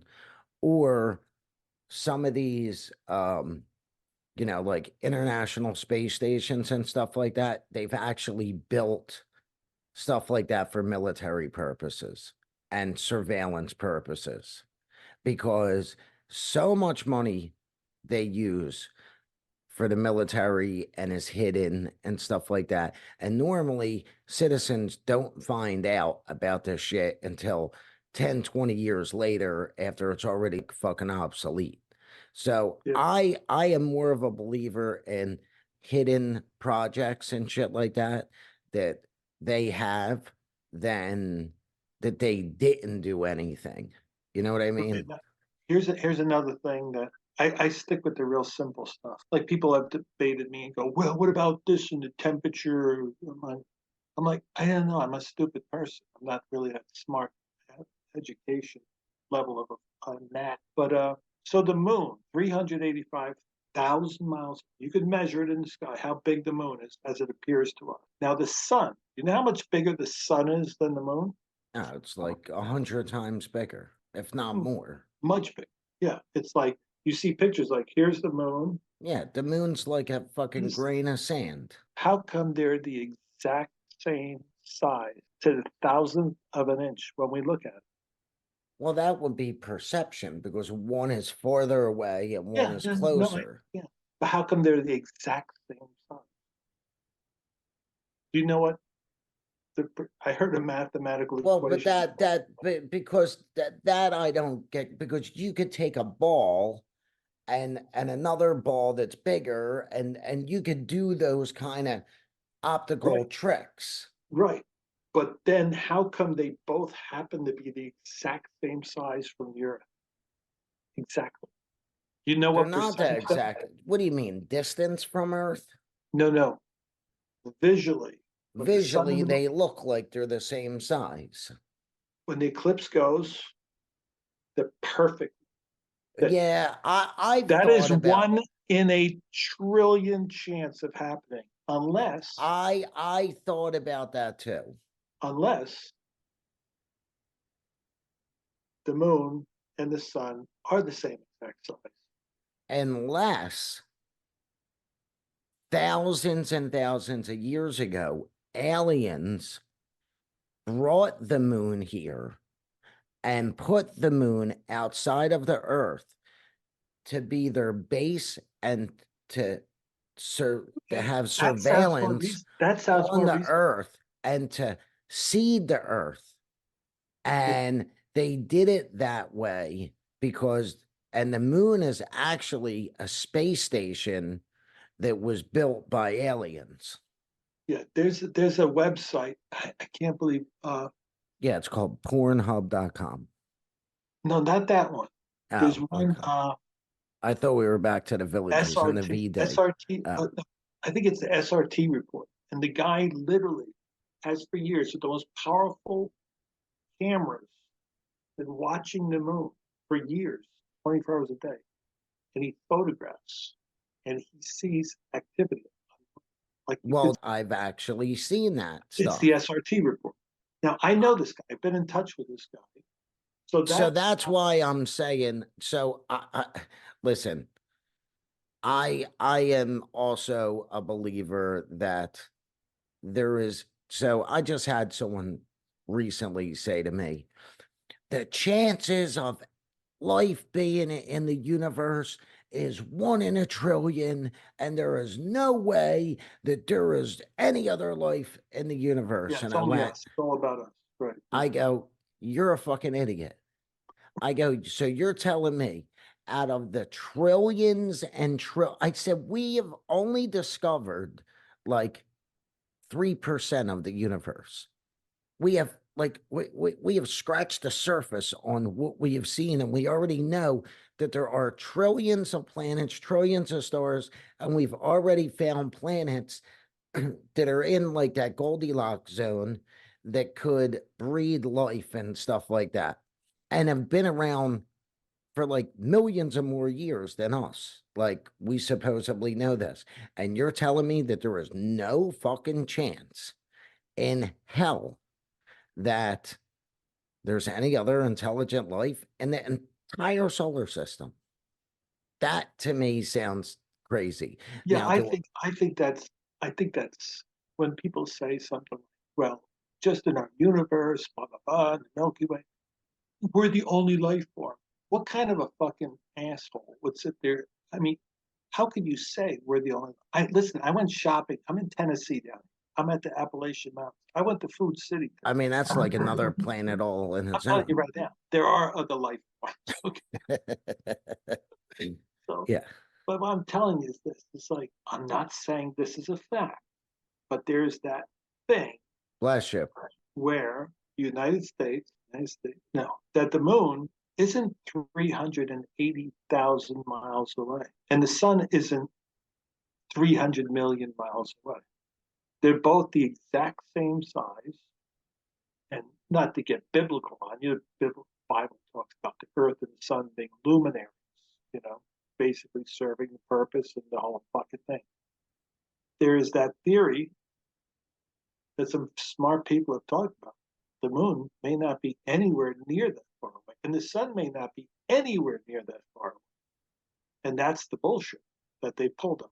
So We don't this need is to do. my biggest question, The right? moon could just be 100 miles away, you know. This is my biggest question is, first off, I think it's hilarious that me and you know, a It's so Hollywood fucking cool. writer and a fucking comedian are trying to analyze, you know, the solar I know system the and show's stuff getting like that. flash.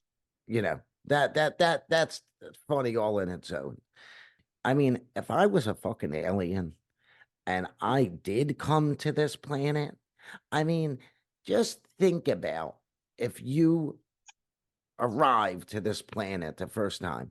First off, I've been saying for 20 years that the aliens that they say are the grays with the big eyes, that Yeah, they are like they're like robots. That's why they got the big eyes, so they could see shit. They're not real. They're literally like robots. They send them out first to scope out the area, and then because would you come here? So just think about this for a second. You're observing Earth, right? You're an alien. You get over LA.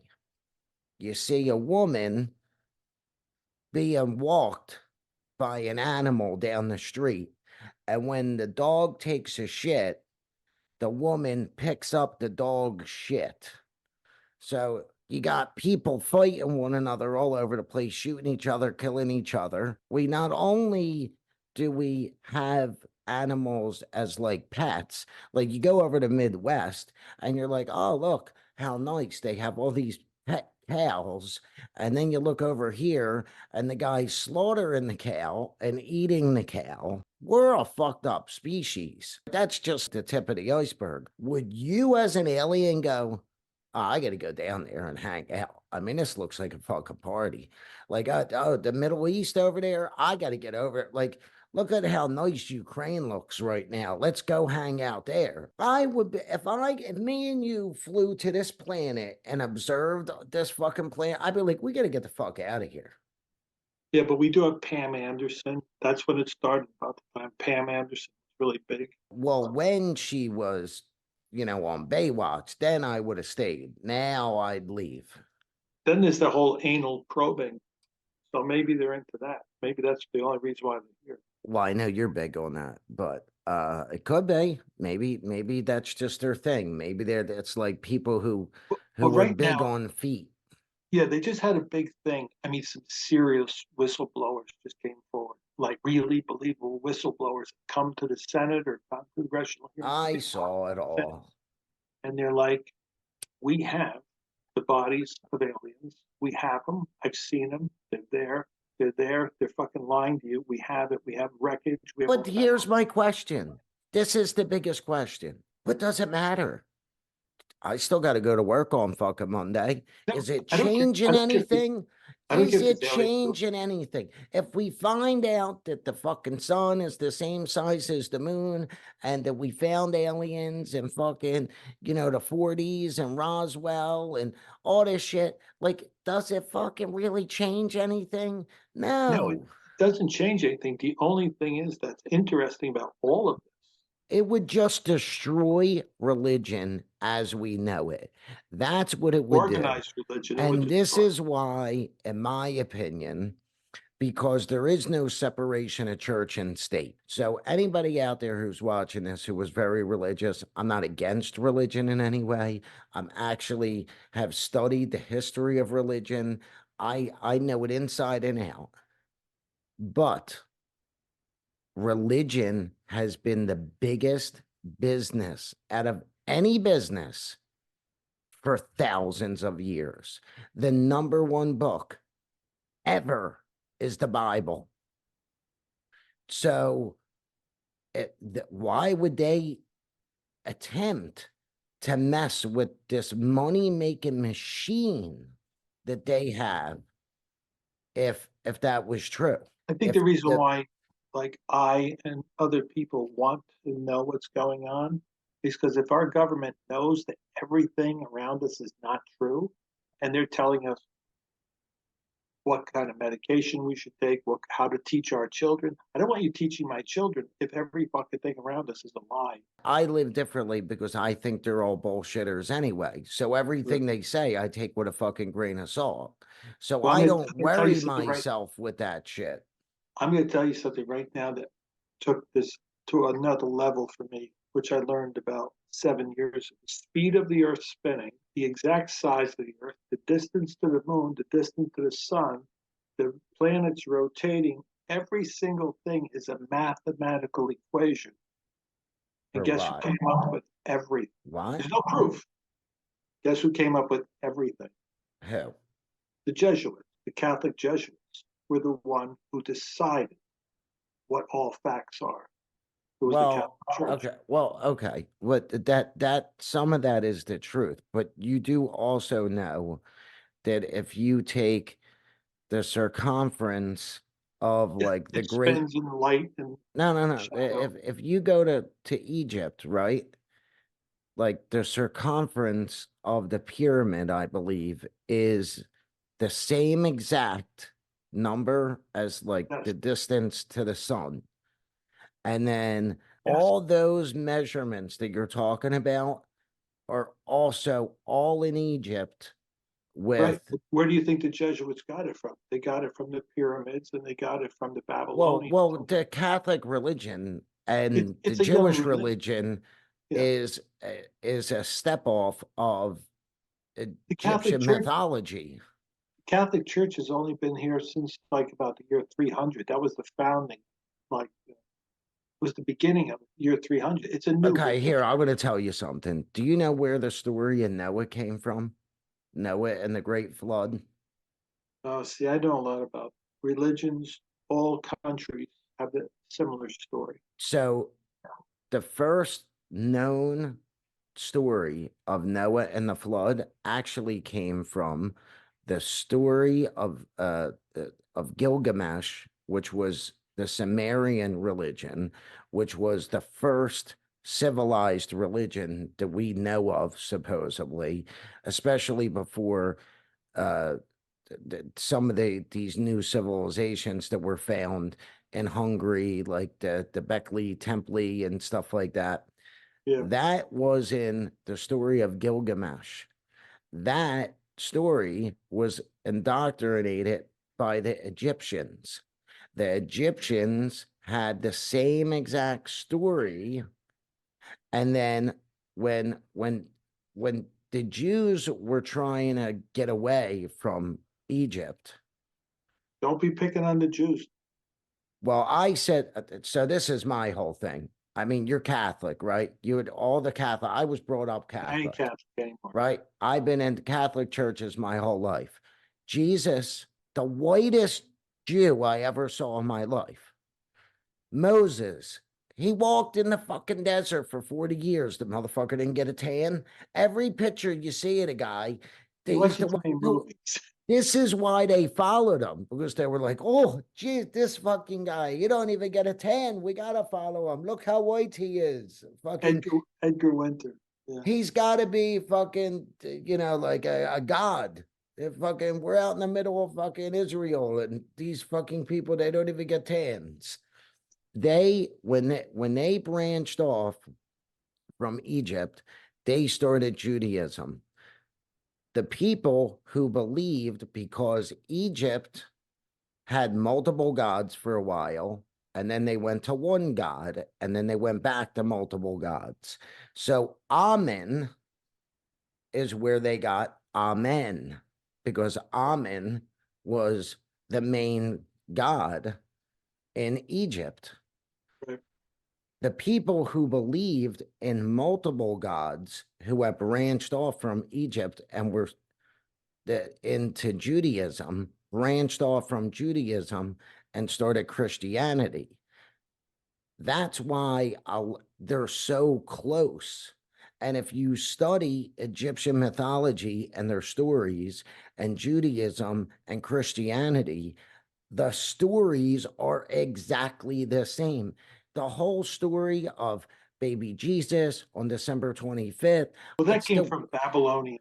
December 25th was long before Jesus. It's even in Egyptian mythology. It was all about the winter solstice.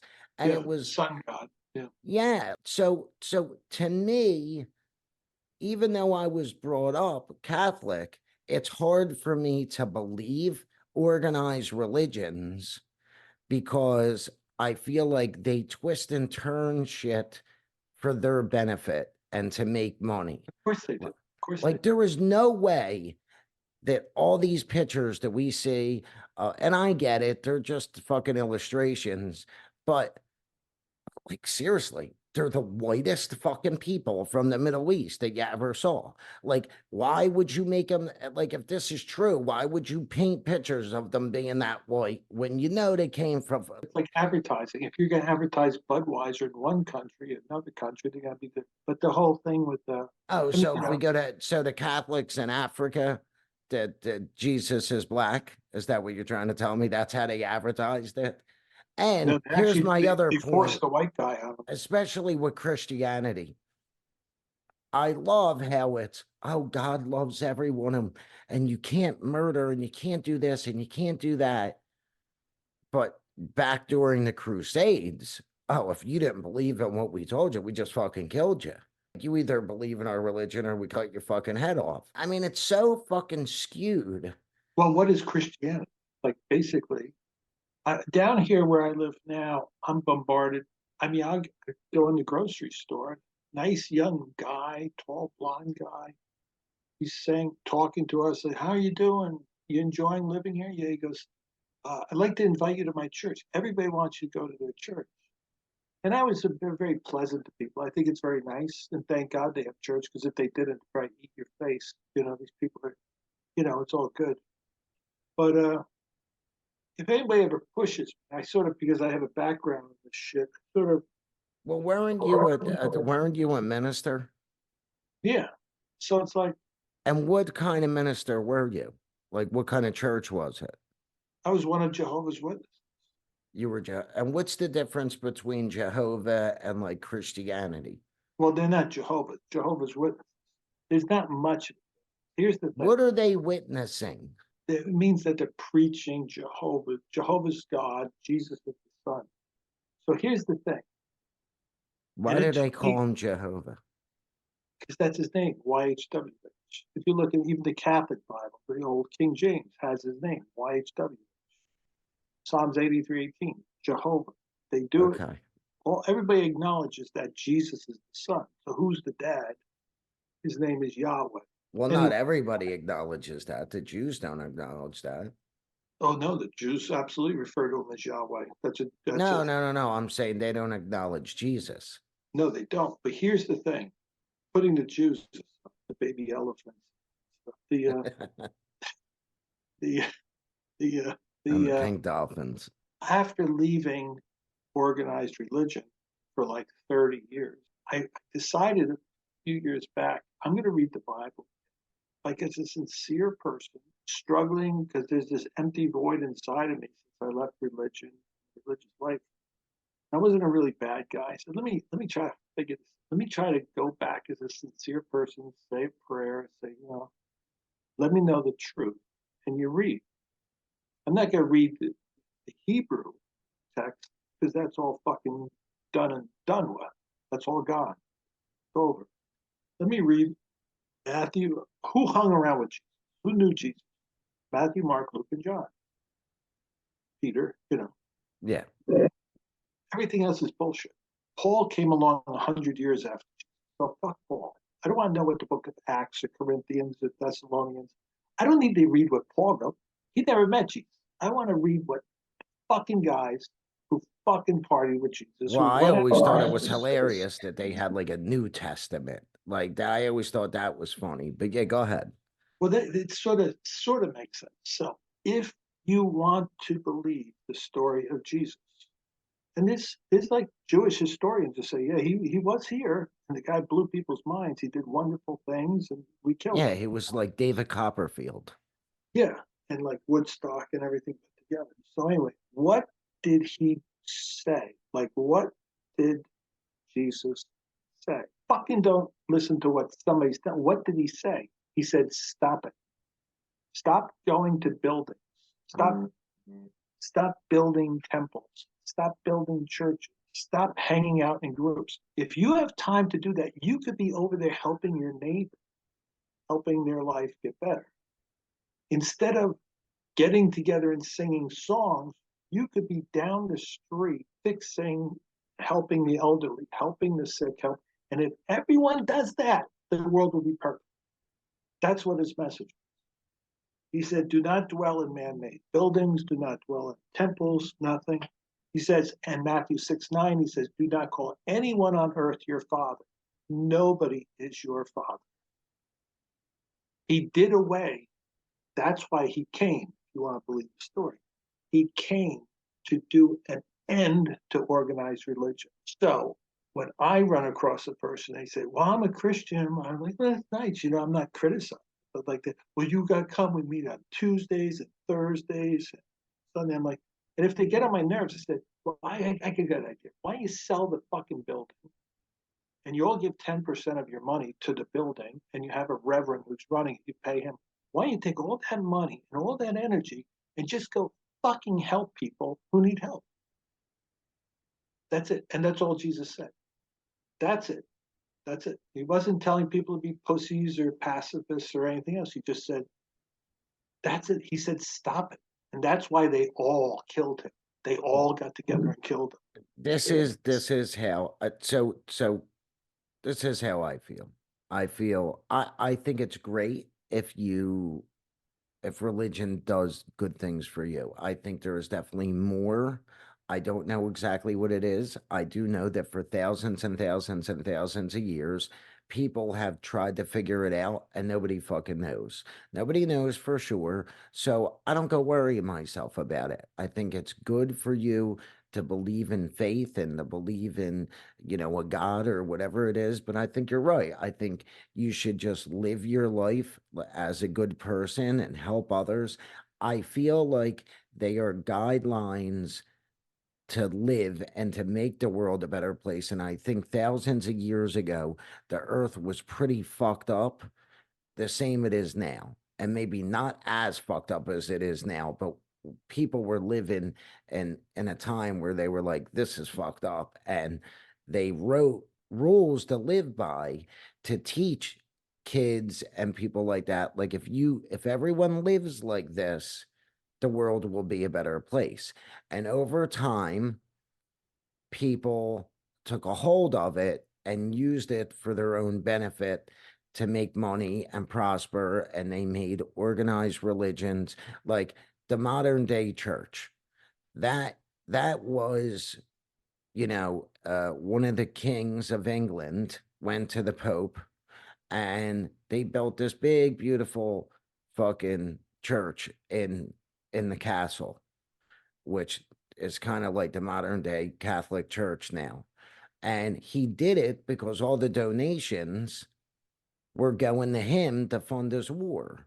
And I think over thousands of years, little things like that happen, and these stories got twisted and turned. And I am not a big believer like you in organized religion. I believe in what I believe in, and I teach my kids what I teach them to be good adults and good human beings. And I think you're 100% right. I would much rather see the Vatican, that's a $1 trillion fucking business, take all that money and give it to the people who need fucking help instead of the bullshit that they fucking do. And honestly, no one fucking knows if Noah fucking lived, if fucking what we do know is that there were great floods. And what we Yeah. do know is what I also believe, and you could think I'm fucking crazy, excuse me, is that man, civilized man, has actually been around for like 100,000 years. And what we know for a fact is that 12, 13,000 years ago now, it was a theory for the longest time. So have you ever heard of, damn, there's, I can't think of his fucking name right now. He's a writer. He's written a bazillion fucking books. He was on Joe Rogan a lot. I've actually talked to him a ton. We actually became friends. Damn it. I'll think of his fucking name. But it was a big theory that he had for a long time that the Earth got hit by a meteor or a comet like 12, 13,000 years ago.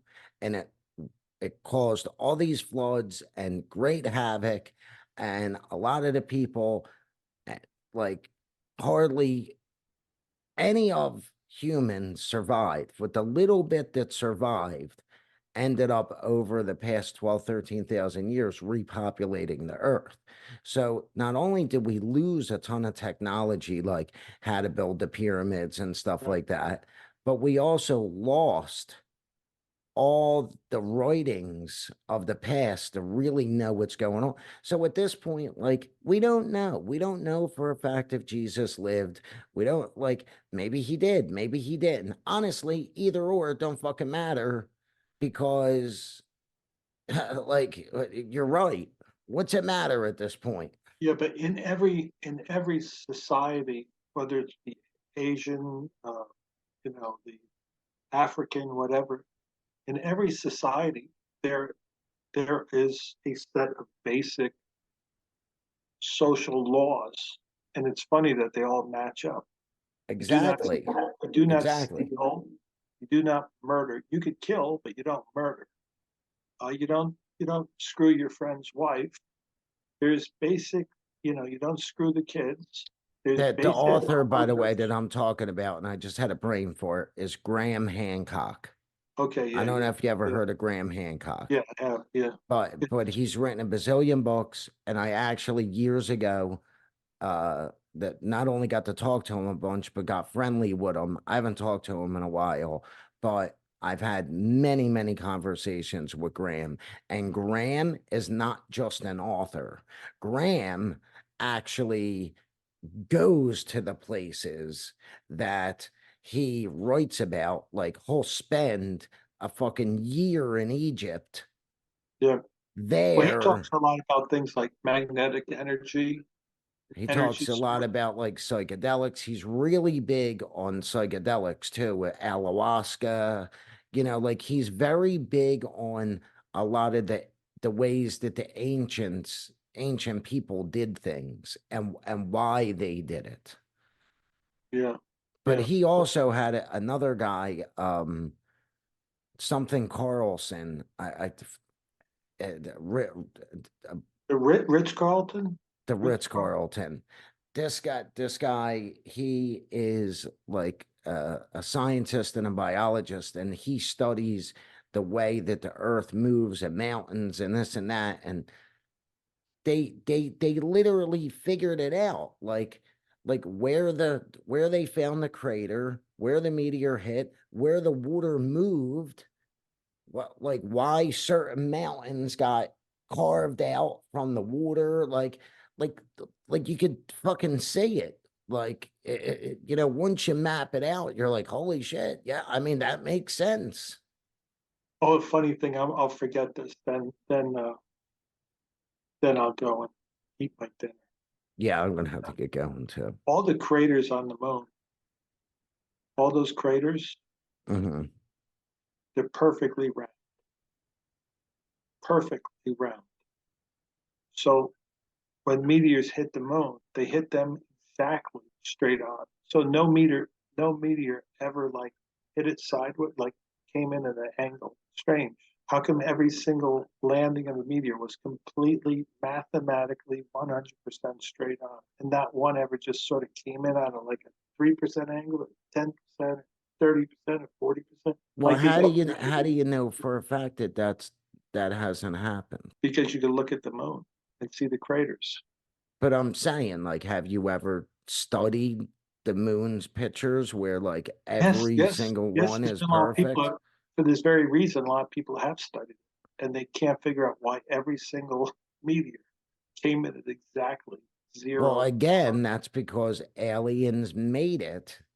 And when they did the faux pas on the outside of the moon, they wanted it to have that rustic look. That's what I'm saying. And Honestly, I think it's Venetian plaster, is what I think it is. it's it's no, it's wallboard compound with your shit mixed into it. Yeah, exactly. It's spackle in my shit. That's exactly what it is. Nice callback, Neal. That the other guy I was talking about is it's Graham Hancock and Randall Carlson is the guy. Okay, I'll send you some stuff or but we got I mean, we went from telling really funny stories to like going down all kinds of different roads here. I think we're both in a certain mindset. I think we're a little fed up with shit. I think everybody is. I think everyone. I mean, listen, all you got to do is Well, go I on. just heard today like three U.S. Three U.S. soldiers were killed in this attack drone. So we're gonna have to do something. Well, what the fuck are we over there for? What we're in the middle of their fucking shit over there, and shit happens. So now we better do something. If this country falls for that, I'm gonna tell you right now, go fuck yourselves. This is all I know is look at the way LA looks now with all the homeless. Look at all these fucking people flooding into this Right, the country. whole fucking Look, country. look at Chicago. Look at New York. Look at Philadelphia with all the drugs and all that stuff. I don't. When 9/11 happened, I mean, I didn't see all these fucking countries all around the world flood into America to come and help us. Yeah, I mean a little bit, but not like we do for No, them. I no, we mean, just went off and fought everybody. and this may piss people off, and I really don't care. They they get involved in this shit because they're in cahoots with someone and it's to their best interest. And they give money to all these other countries because it's the easiest way to skim the top.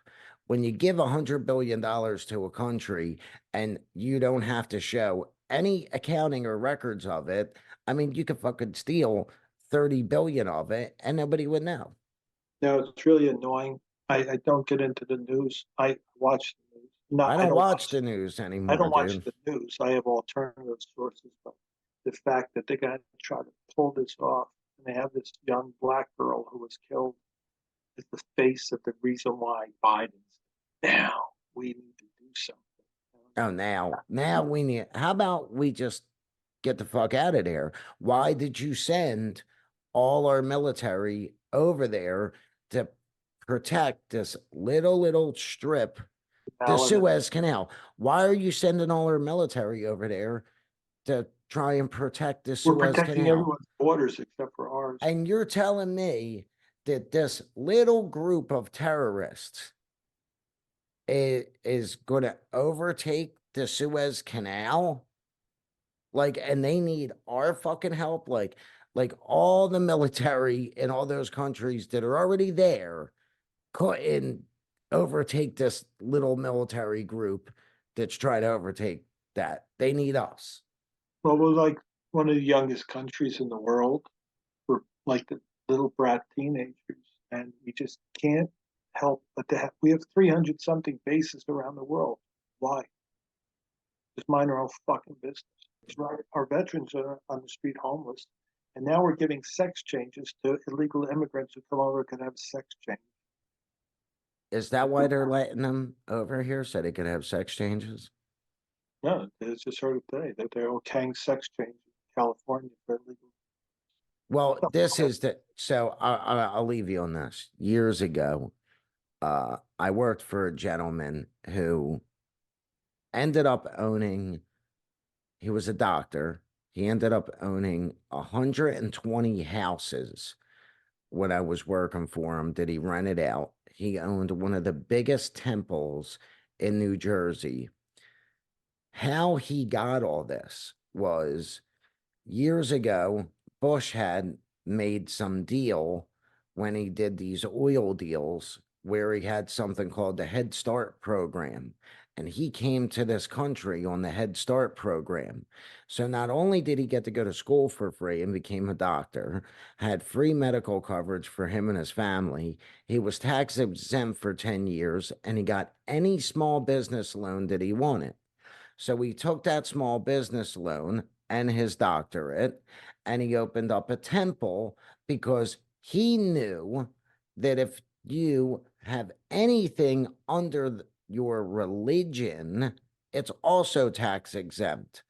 When his 10 years was up on his tax exempt stuff, he had the wife get her citizenship, signed the whole company over to the wife, so now she was tax exempt.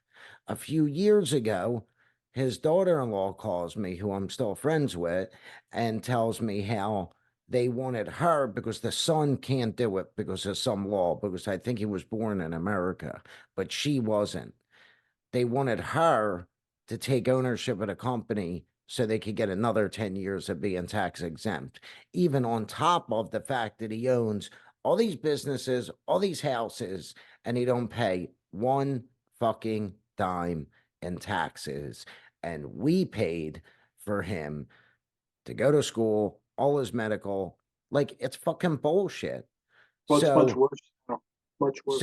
so these motherfuckers that are coming into this country, not only are they getting a check and free medical and all this, but I guarantee you, when all the fucking smoke clears, they will all get small business loans, and they will be opening, whatever kind of fucking stores they want to open, a Salad Works, whatever. But me and you, if we wanted to try and get a small business loan, we were born here. We've been paying taxes our whole lives.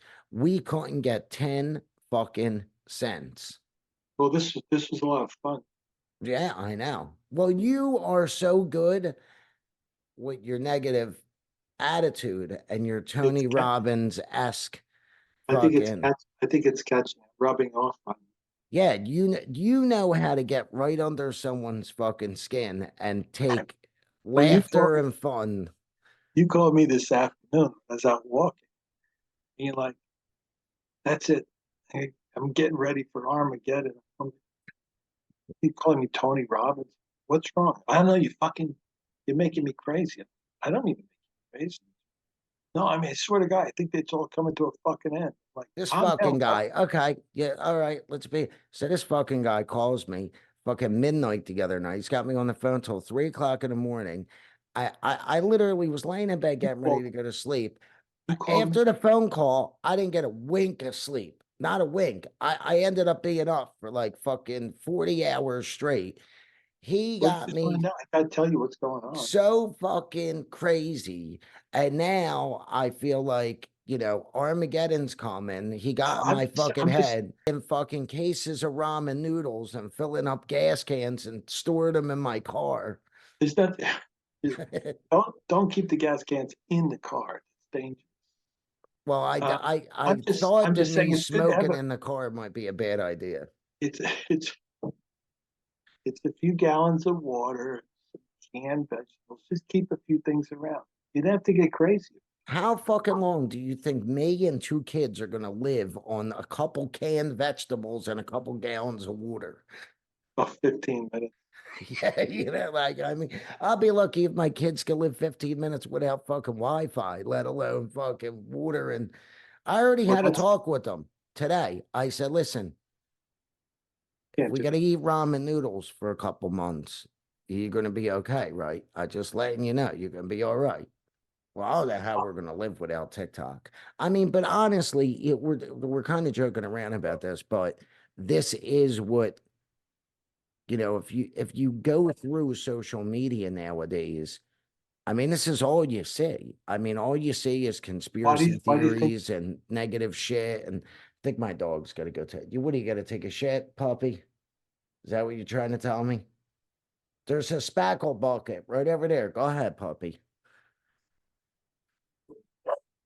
Well, I don't think he it's wants the all over spackle bucket. social media because even your average moron is saying, "Wait a minute, my bank is telling me I can't have. I have 30,000 in the bank. Bank is telling me I can't have $5,000. They won't give it to me." Dude, I just went to the bank today and deposited a check. I never had this happen before. They tell me a 7-day hold on this check because it was over a certain amount of money. I'm just telling you right now, it wasn't that much money. Like we ain't talking like a crazy amount of money, even Well, they have that close. money. They have that money instantly. Bank So holds. they it was fucking Bank of America told me 7-day hold because it was over a certain amount of money. And the girl goes over all this shit now that Bank of America has changed, that now they have deposit limits, daily and monthly deposit limits on your account. I said, when the fuck did that happen? Right She under our said, nose. Just she about she five, six said months. And it yeah, it's what she said it's new. I said, so what about my business? Like if I was to sell a fucking movie, what do I gotta get it? And I gotta get it in like small unmarked bills and put a little bit that dribs and drabs it. Even me doing stand-up. I said, how the fuck am I supposed to run a business if I can't if I got deposit limits? She goes, well, you could apply for a different account and you might be able to get upped a little bit. But since when was there ever a limit to how much money I could deposit? a few months ago, they came up with this thing where right under our nose is everyone's watching Taylor Swift at the football game and everyone's distracted from all the horse shit. Where if you deposit more than $600 in your account, doesn't matter. Oh, You're a landscaper. You well, just I, deposit. I I know all about this. They could You are tax you. they are required to report that to the IRS. They have to report the fact that you came in with more than $600 in your account. So Bank of America told me today that there is now a limit, a $2,500 and a $5,000 limit on. So there's like levels, $1,000, 2,500, $5,000 limit on like daily, weekly, and monthly deposits. You got to stay away from those banks, them and Uh, Wells Fargo. You got to go to a credit union, and that's only going to postpone what's going to happen. I mean, like I've had TD Bank, I've had credit unions. I always hated Bank of America. The only reason why I opened the Bank of America was because I was doing business in LA, and Bank of America is in LA too. And I was trying to make it easy for when I fly out to LA. If I got to go out there, I could hit a fucking bank and get some fucking money because they don't have a credit union or a TD Bank out there. And Yeah. sometimes, I mean, you know as well as I do that sometimes when you do work, like I don't want to be traveling with money or checks. My luck, I'll fucking lose a check on the Well, you're not plane. allowed. If I have, you have $10,000 in cash, Oh, you got to report it. you have to turn it in at the airport. You can't travel with $10,000. Yeah, it's $10,000 is the limit. I know it is. I So, literally just I know it is for a fact. I literally just dealt with this. Yeah. Because I was gonna I said to them, so what if I'm going to Vegas and I want to bring 20 grand with me because I'm on a bachelor party and me and 10 of my boys all want to go out, so we can't bring cash with us. 10,000's the limit. Anything beyond that, you have to report it and turn it into us. And when you get there, they'll give it back to you. I said, what? You want me, if I got 20 fucking grand that I'm going to go to Vegas with, you want me to give you in Philly or New York, whatever fucking plane I'm getting on, you want me to give you that 20 fucking grand Yeah. and trust when I get to, you lose a bag with my underwear and you think I'm going to fucking trust you As I say, with, they lose luggage all day long. that's So, what I'm saying. You lose fucking luggage all day long. You lose a fucking overnight bag that's got fucking shampoo and fucking toothpaste in it. And you want me to give you 20 fucking grand and expect that when I get to fucking Vegas, you're going to get it? I'm going to get it back? Get the fuck out of here. yeah. So that's why when I researched banks that are all over the country for if I'm traveling around doing stand-up, doing work, Bank of America is got the most branches. So I if think I'm it's good to in, have I think it's good to have a secured American Express card where you put $5,000, $10,000. I think what I'm going to honestly start doing is telling all these people that I want it either in gold or silver, and then I fuck the banks Yeah. or Yeah. or ramen noodles. Ramen noodles. Yes, they could just pay me in ramen noodles and I'll just pack it in the car for when Armageddon comes. Well, All this right, was fun. well, this was fun and uplifting. So I'm gonna let my dog out and then I have this effect on people. we should so me and Neal are gonna try and do this every week. Neal Gumpel, Hollywood writer, Hollywood And I swear to you, it's insider. never going to be like this again. Next time, we're going to have a little more fun. Yeah, typically it's not this depressing. No, I think it was good. We did we got a lot of good stuff. The world is not spinning in space. Your head may be spinning after you got done listening to this, but the world is not spinning. You know, that's one of the subjects I had listed for tonight if we didn't get all half cocked in this shit. Well, here's what's funny is that Hats. the funniest thing about our podcast right now that we just did, I actually had an entire list of things that we were going to talk about and bits that we were going to do, and we didn't get to number one. So that's actually how I know it was actually good, because we didn't even need this list at all. I think we should have stuck to the list. Well, we'll leave it up to whoever maybe stayed and listened and watched to find out if we should have stuck to the list. Yeah.